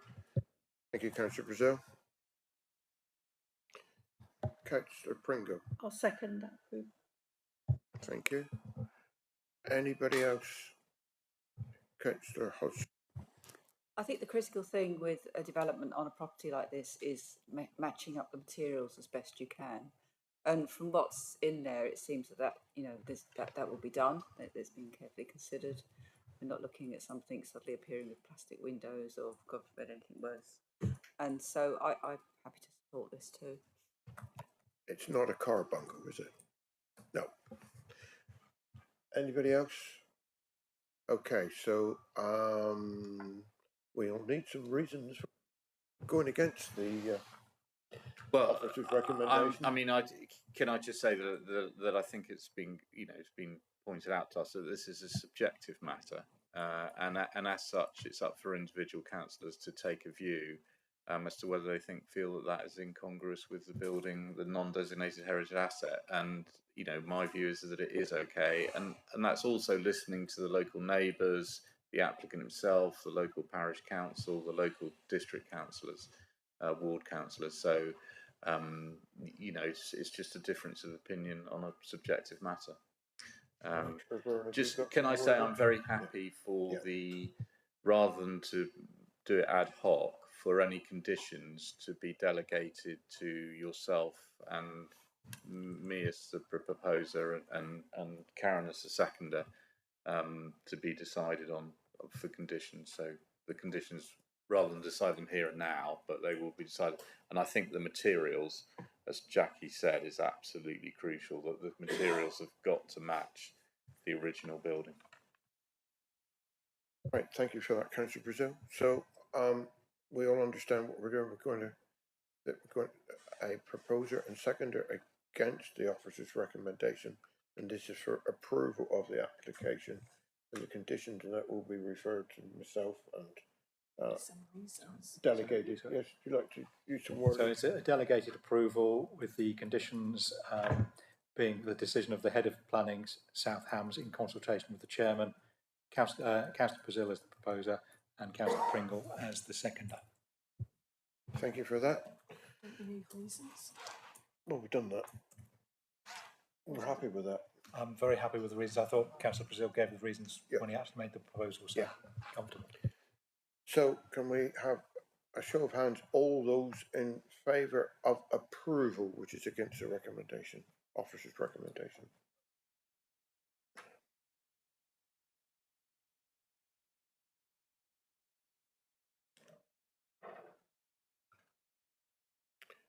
Okay, those against? Abstentions? Okay, so that application is approved. Thank you, members. We will return, I suggest. Is half an hour long enough? If everybody thinks, right, if everybody's happy with half an hour? Okay. Yeah.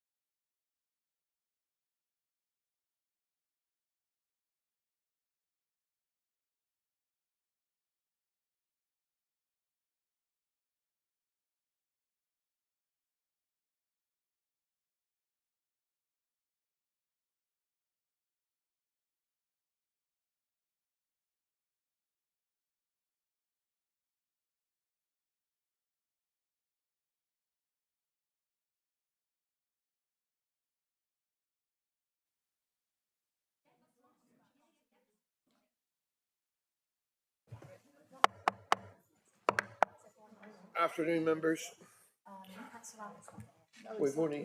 We're going to only have, I'll start at the beginning. I don't need to do the process. We haven't got any members from the public here, so I won't go through all that preamble. The only thing I will ask, is there anybody with any words going out of my declarations of interest on any of the applications we got before us this afternoon? Yes, Chairman, I'm sure everybody else will have to say something, but I'm probably closer to Councillor Joe Sweet, who's got the final application Yeah, well, this afternoon. we're coming to that one. Okay. Because we have found an issue with the process and consultation, we are withdrawing that application. So Okay. we're not. We So won't I'll be doing withdraw that declaration of interest. Yeah, that's fine. Okay, I was coming to that. That was easily done, wasn't it? Yeah. We'll soon find out. Some of the You got proper interested, have you? the consultation was not done by everybody that should have been, and we decided to put it back till next month. That's all right. Okay. Yeah. First one, Councillor Roberts.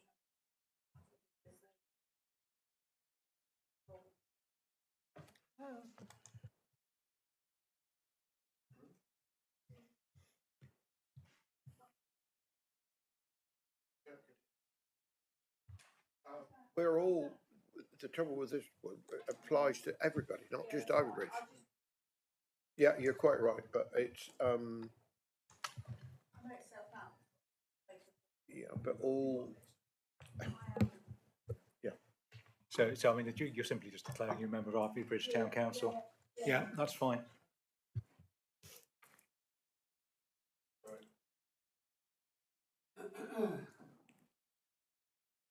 Councillor Rowe's got an issue with her machine, so we'll just wait a second.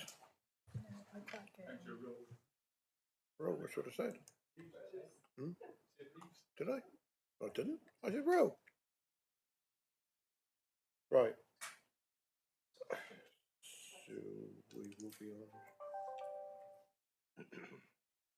We will be. Came to us as a charity. The next application on our agenda, and only application this afternoon, is. I'll read the numbers out correctly. 2264 22 full. It's the cemetery at Woodland Road, Ivy Bridge.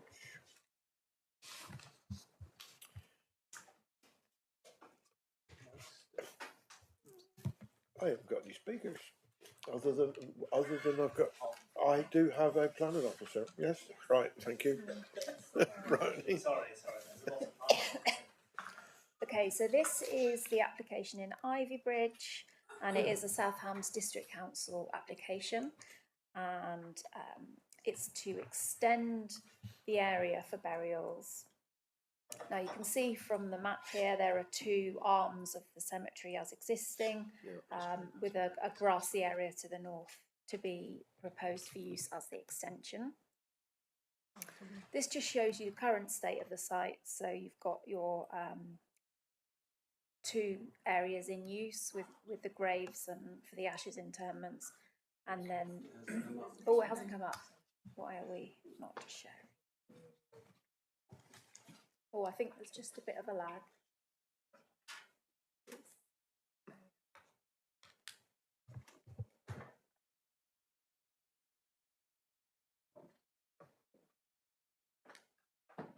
It doesn't like that particular slide. Oh, there we are. Oh, okay. So you can see the two areas currently used for the burials, and then the grassy area to the north. And obviously you can see the surrounding residential area. So the existing site plan is literally just the area is laid to grass, and then this just shows that there'll be a single circular route around the area.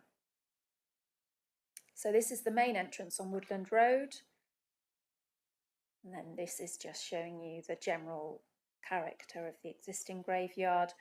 If you look down the left-hand side of the photograph, you can... No, it's not very well today. So yeah, There we are. there. Looked a bit psychedelic, didn't it? Yes. So if you look just down the left-hand side of the photograph, the grassy area is just behind this wall here, and this just shows the more recent graves. This shows the edge of the grassy area and the existing tree planting that's been put in recently. The green fencing that you can see has been installed temporarily so that the reptiles can be cleared from this area. And that just shows you the site in a bit more context. And again, that's just the reptile fencing. But this is the area where the burials will go. So the existing cemetery is almost full, and I've gone a bit funny again at the end there. And the area to be extended is a logical extension of that cemetery. There are safeguards in place through condition to protect groundwater, and there are also some conditions to secure biodiversity enhancements. Now, at the time the report was issued, the consultation process hadn't quite closed, and the applicant hadn't accepted a pre-commencement tree protection condition. They have since accepted the condition, and we haven't had any more representations. So my recommendation is conditional approval.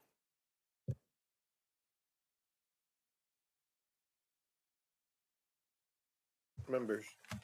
Guy panel. Character panel? Only very briefly, yeah, the tree that the neighbouring resident had complained about, is that large one in the corner?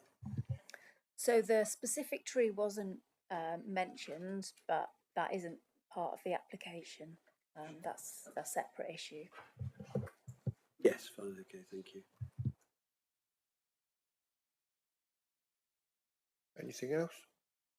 Councillor Hodgson. Thank you. Keith Reynolds, who I see is one of the named applicants here, and it's for us as well. I'm aware that he does biodiversity net gain and interesting work in cemeteries. For example, I know he's been involved in Totnes in the cemetery there.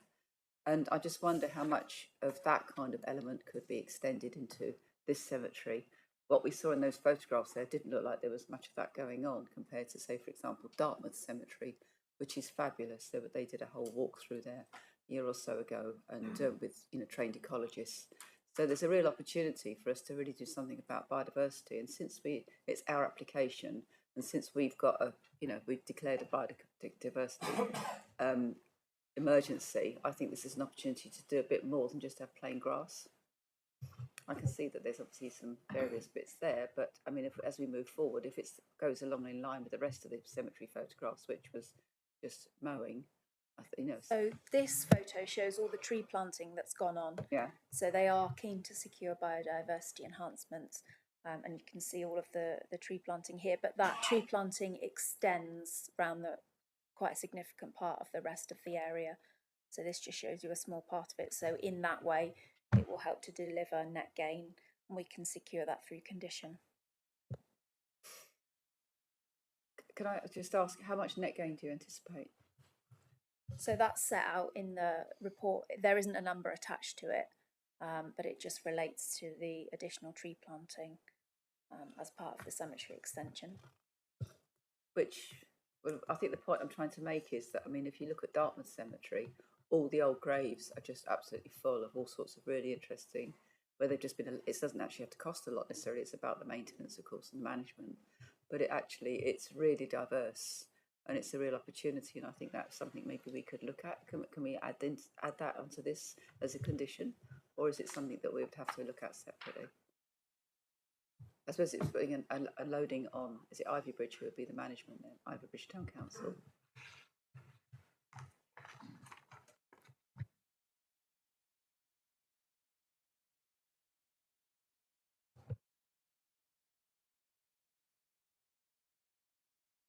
So what are you suggesting you want to add? I just wonder if we could put a condition on that the management would actually allow for much more development of wildflowers across the site, or across the new site. Obviously, we can't dictate what's happening already there, but across the new site. Chairman, I was just going to say, I mean, it strikes me that that's potentially more of an issue of for the landholder, the council as landholder rather than the planning authority, and maybe it'd be appropriate for those comments to be passed on to the assets team or the community team to take on board in terms of their management of the cemeteries. If I may, this is us, isn't it? This is our ownership. But in terms of your deliberations today, you're here as a planning committee rather than as a manager of the land. You're wearing two hats. Well, you're not wearing. You're wearing one hat, and somebody else is wearing the other hat today. Put it that way. I see what you're saying, but I think it's like I know what happens if we kind of say yes today, then and then we invite that kind of consideration. I don't think it'll happen. I mean, because we've got no sort of hold on it. We can always ask a question in council or a notice of motion, perhaps. I mean, something just to. If I'm sure it is the landowner or the people responsible for the management of the land will take on board what you've said. And clearly, given that it's generally council policy anyway in terms of biodiversity and having declared crisis or emergencies, then that's something we should be actively pursuing as management in terms of land management. So it's an issue for us as land managers, not as planning authority, I would say. Can we condition that actually we require a biodiversity, enhanced biodiversity management plan to be as followed up with in the way as a condition of this planning permission if we give it today? So that it actually ties it in? Because Keith Reynolds, who's the applicant here, I mean, he knows the stuff. He's a real, he's I mean, obviously he used to work for here, but he's doing that in a lot of different places now. And I was actually just really disappointed to see just sides of just bare grass. I was quite surprised. I thought he had already been doing that in Ivy Bridge.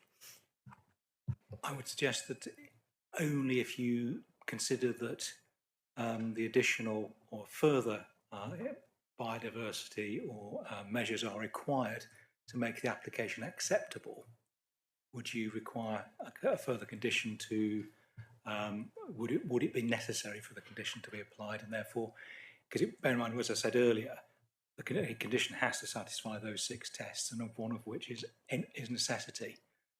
So it has to be necessary to make the development acceptable in planning terms. It's your call, but I think there's a distinction between you as planning authority and the council as the landowner and manager of the land.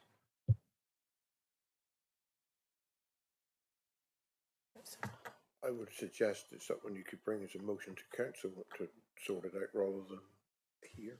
Yeah, I mean, you know what happens to my motions at council. Not always. The panel. Yeah, I've got considerable experience of managing 3 graveyards in the area where I live, and while I agree absolutely with the need to increase biodiversity, and we have done that in one of our churchyards where there are old graves. It's very difficult where you're having new graves because the families will not want to see them left unkempt and not cut.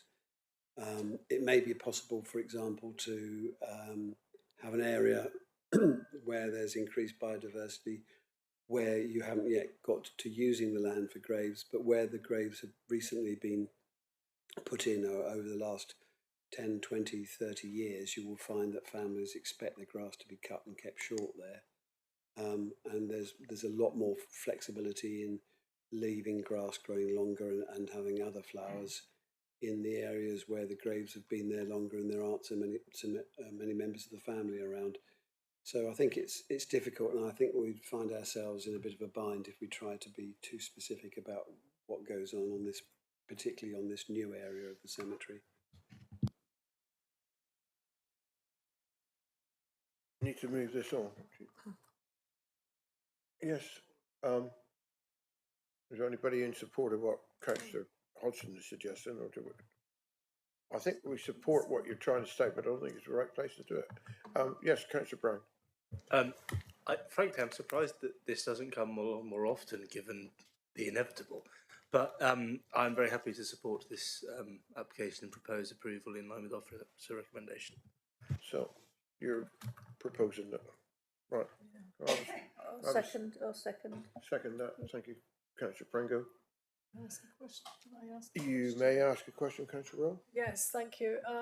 Is this application solely for Ivy Bridge residents, whatever, people of Ivy Bridge Parish, or is it for people throughout the South Hams? Because I understand, and I know from personally in our own churchyard in Stoke Gabriel, we're pretty much full up and running out of land.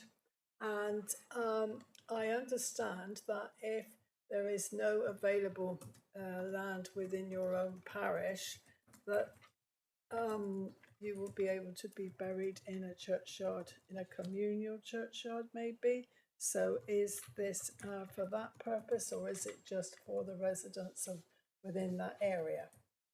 So there is a specific management policy, but that's separate to the planning application. Yes. And I think, I mean, I've only sort of skimmed through it, but I think there's a different fee depending on where you lived, if that makes any sense. But this isn't specifically for any particular purpose. There's no delineation to say it's for people in or out of Ivy Bridge.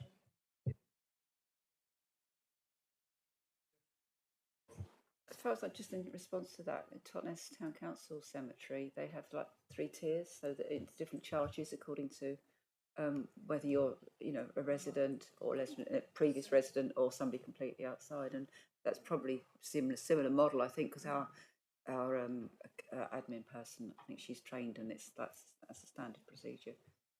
Thank you for that. Thanks. Right. Thank you. Shall we?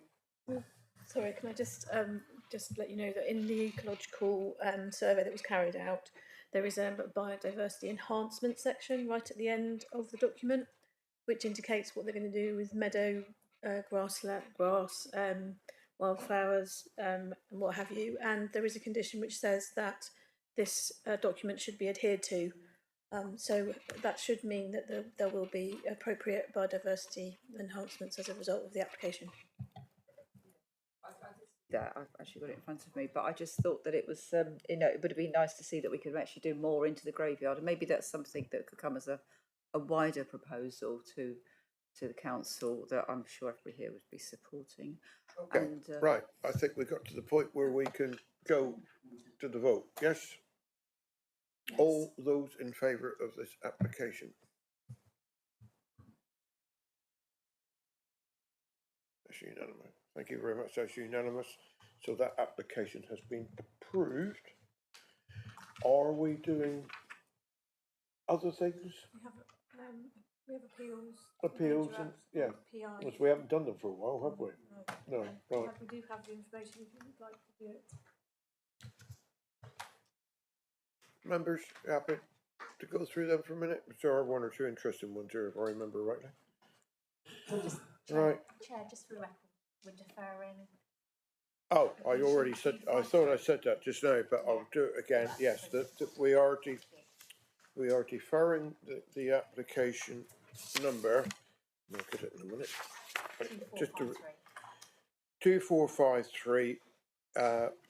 Because there's been somebody who should have been consulted hasn't been through. We don't know why, so we're deferring it until that has happened. Okay. Right.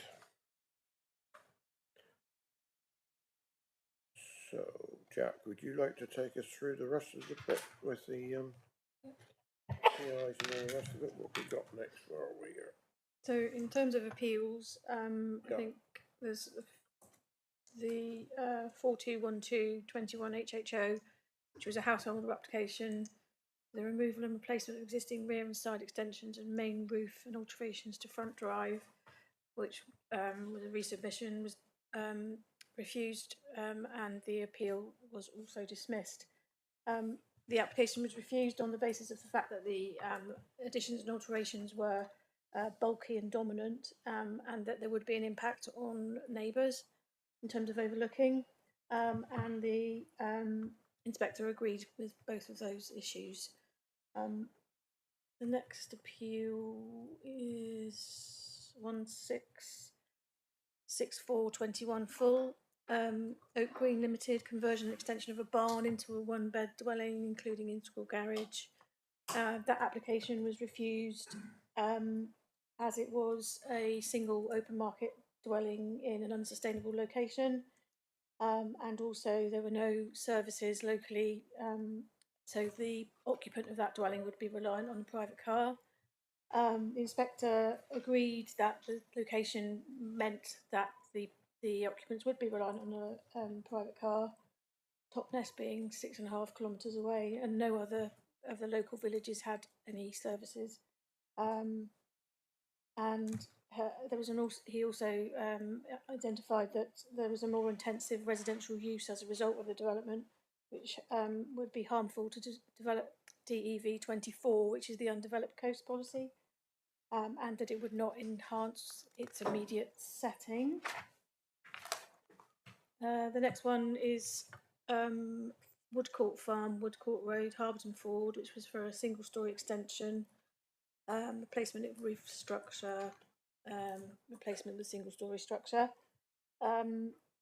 This was a heritage-based refusal, based on the scale and form of the design being inappropriate in a rural location, impact on the setting of the listed building, replacement of a one-bed unit with a four-bed unit, and so therefore the housing mix was one of the reasons for refusal, and also drainage. In this case, the inspector identified the main issues as being the impact on the Grade 2 listed building and the drainage, and the effect on local housing mix.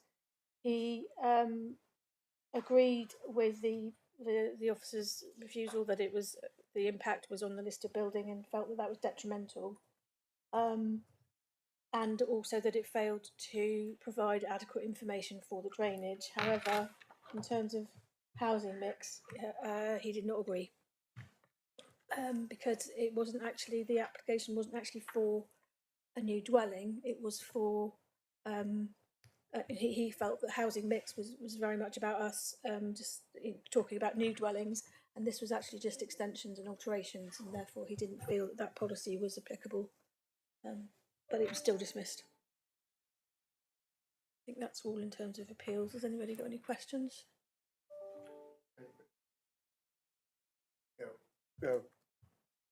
Just a general thing, some of the, going back over the last few months, we've had quite a few where we've lost on appeal, where the issue has been overlooking and impact on neighbours.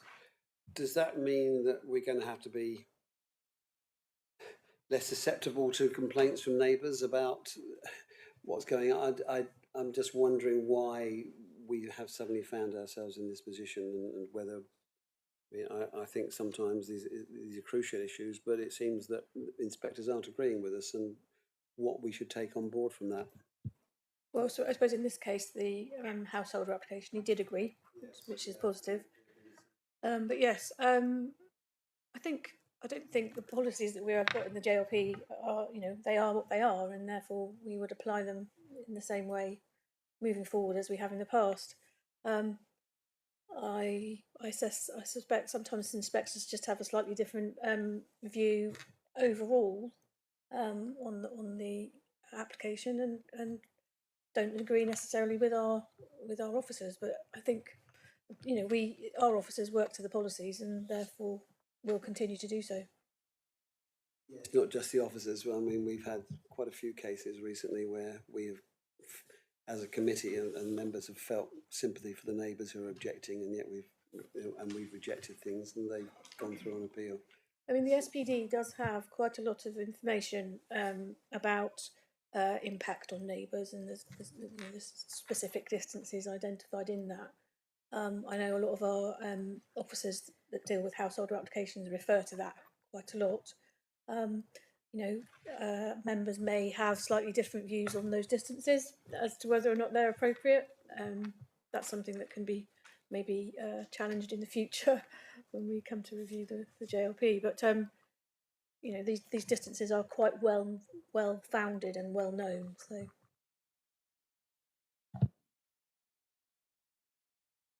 Okay. Anything else? Do you want to look at the PIs as well or not? Yep, can do. Anybody got any questions on the majors?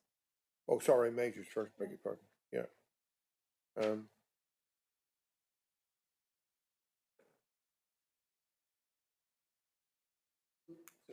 Have we not? The Locks Hill appeal was heard recently, wasn't it? That's not on this list there. It'll probably be recorded in the next. Okay, thank round you. of appeals. Yes, it was. Some here that are going on and on and on.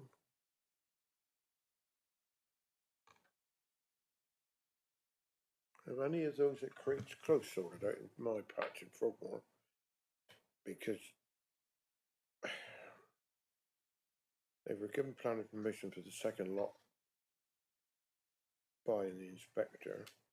There's a retrospective application to alter a boundary. Is that still relevant?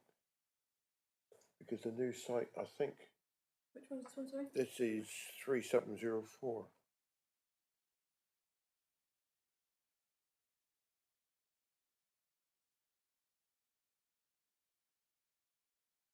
There was questions asking whether the 106 had been paid or not. And it hadn't been because they were waiting for.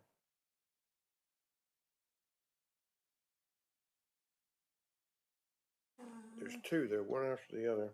Yeah. They've been ongoing for a very long time.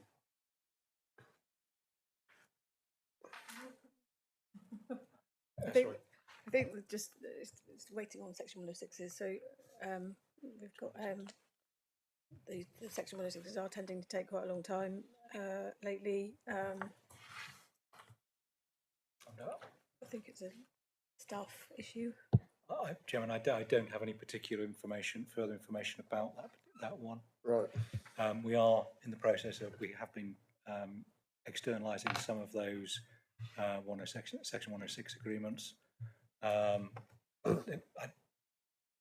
suspect it might be one that's gone out, but I'll check and I can always update committee next time, assuming it's not been completed in the meantime. Right, thank you. Anybody else got anything? No. Hello. Nice to see you.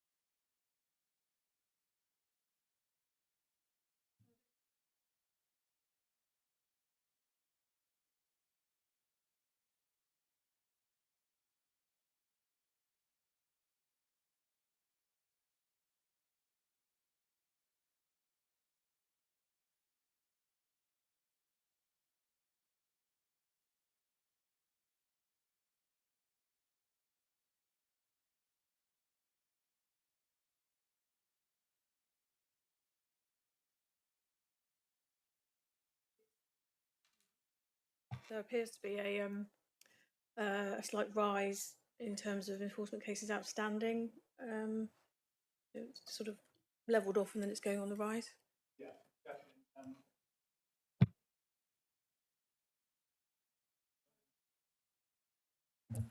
I was looking through the list and a lot of them have actually been dealt with but not ticked off. And we have had a meeting with enforcement. We used to have councillor meetings with enforcement to run through the ones that were no longer relevant, because some of them I was looking to yesterday were old really old. So they could be got rid of, each parish could get rid of them and you'd end up with a tighter list.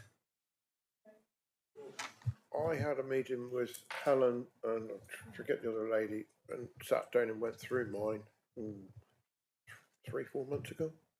and had a sort out. I assumed that that's what they were doing slowly. Each member would, they contacted me.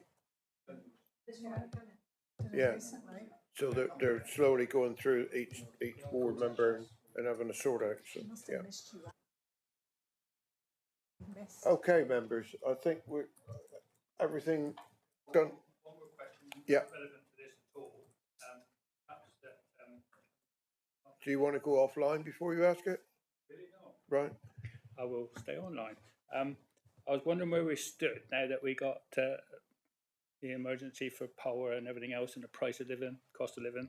How we stand on panels on listed buildings. Because, I mean, there's several people that need to put panels on, and so listed buildings are, I mean, normally a house provider's not on the highway side can get it without planning permission, but does listed buildings or have they got to get planning permission? Yeah, I've been suggested we close the meeting for it. All right. If there's nothing else appropriate to this planning meeting, I will declare the meeting closed.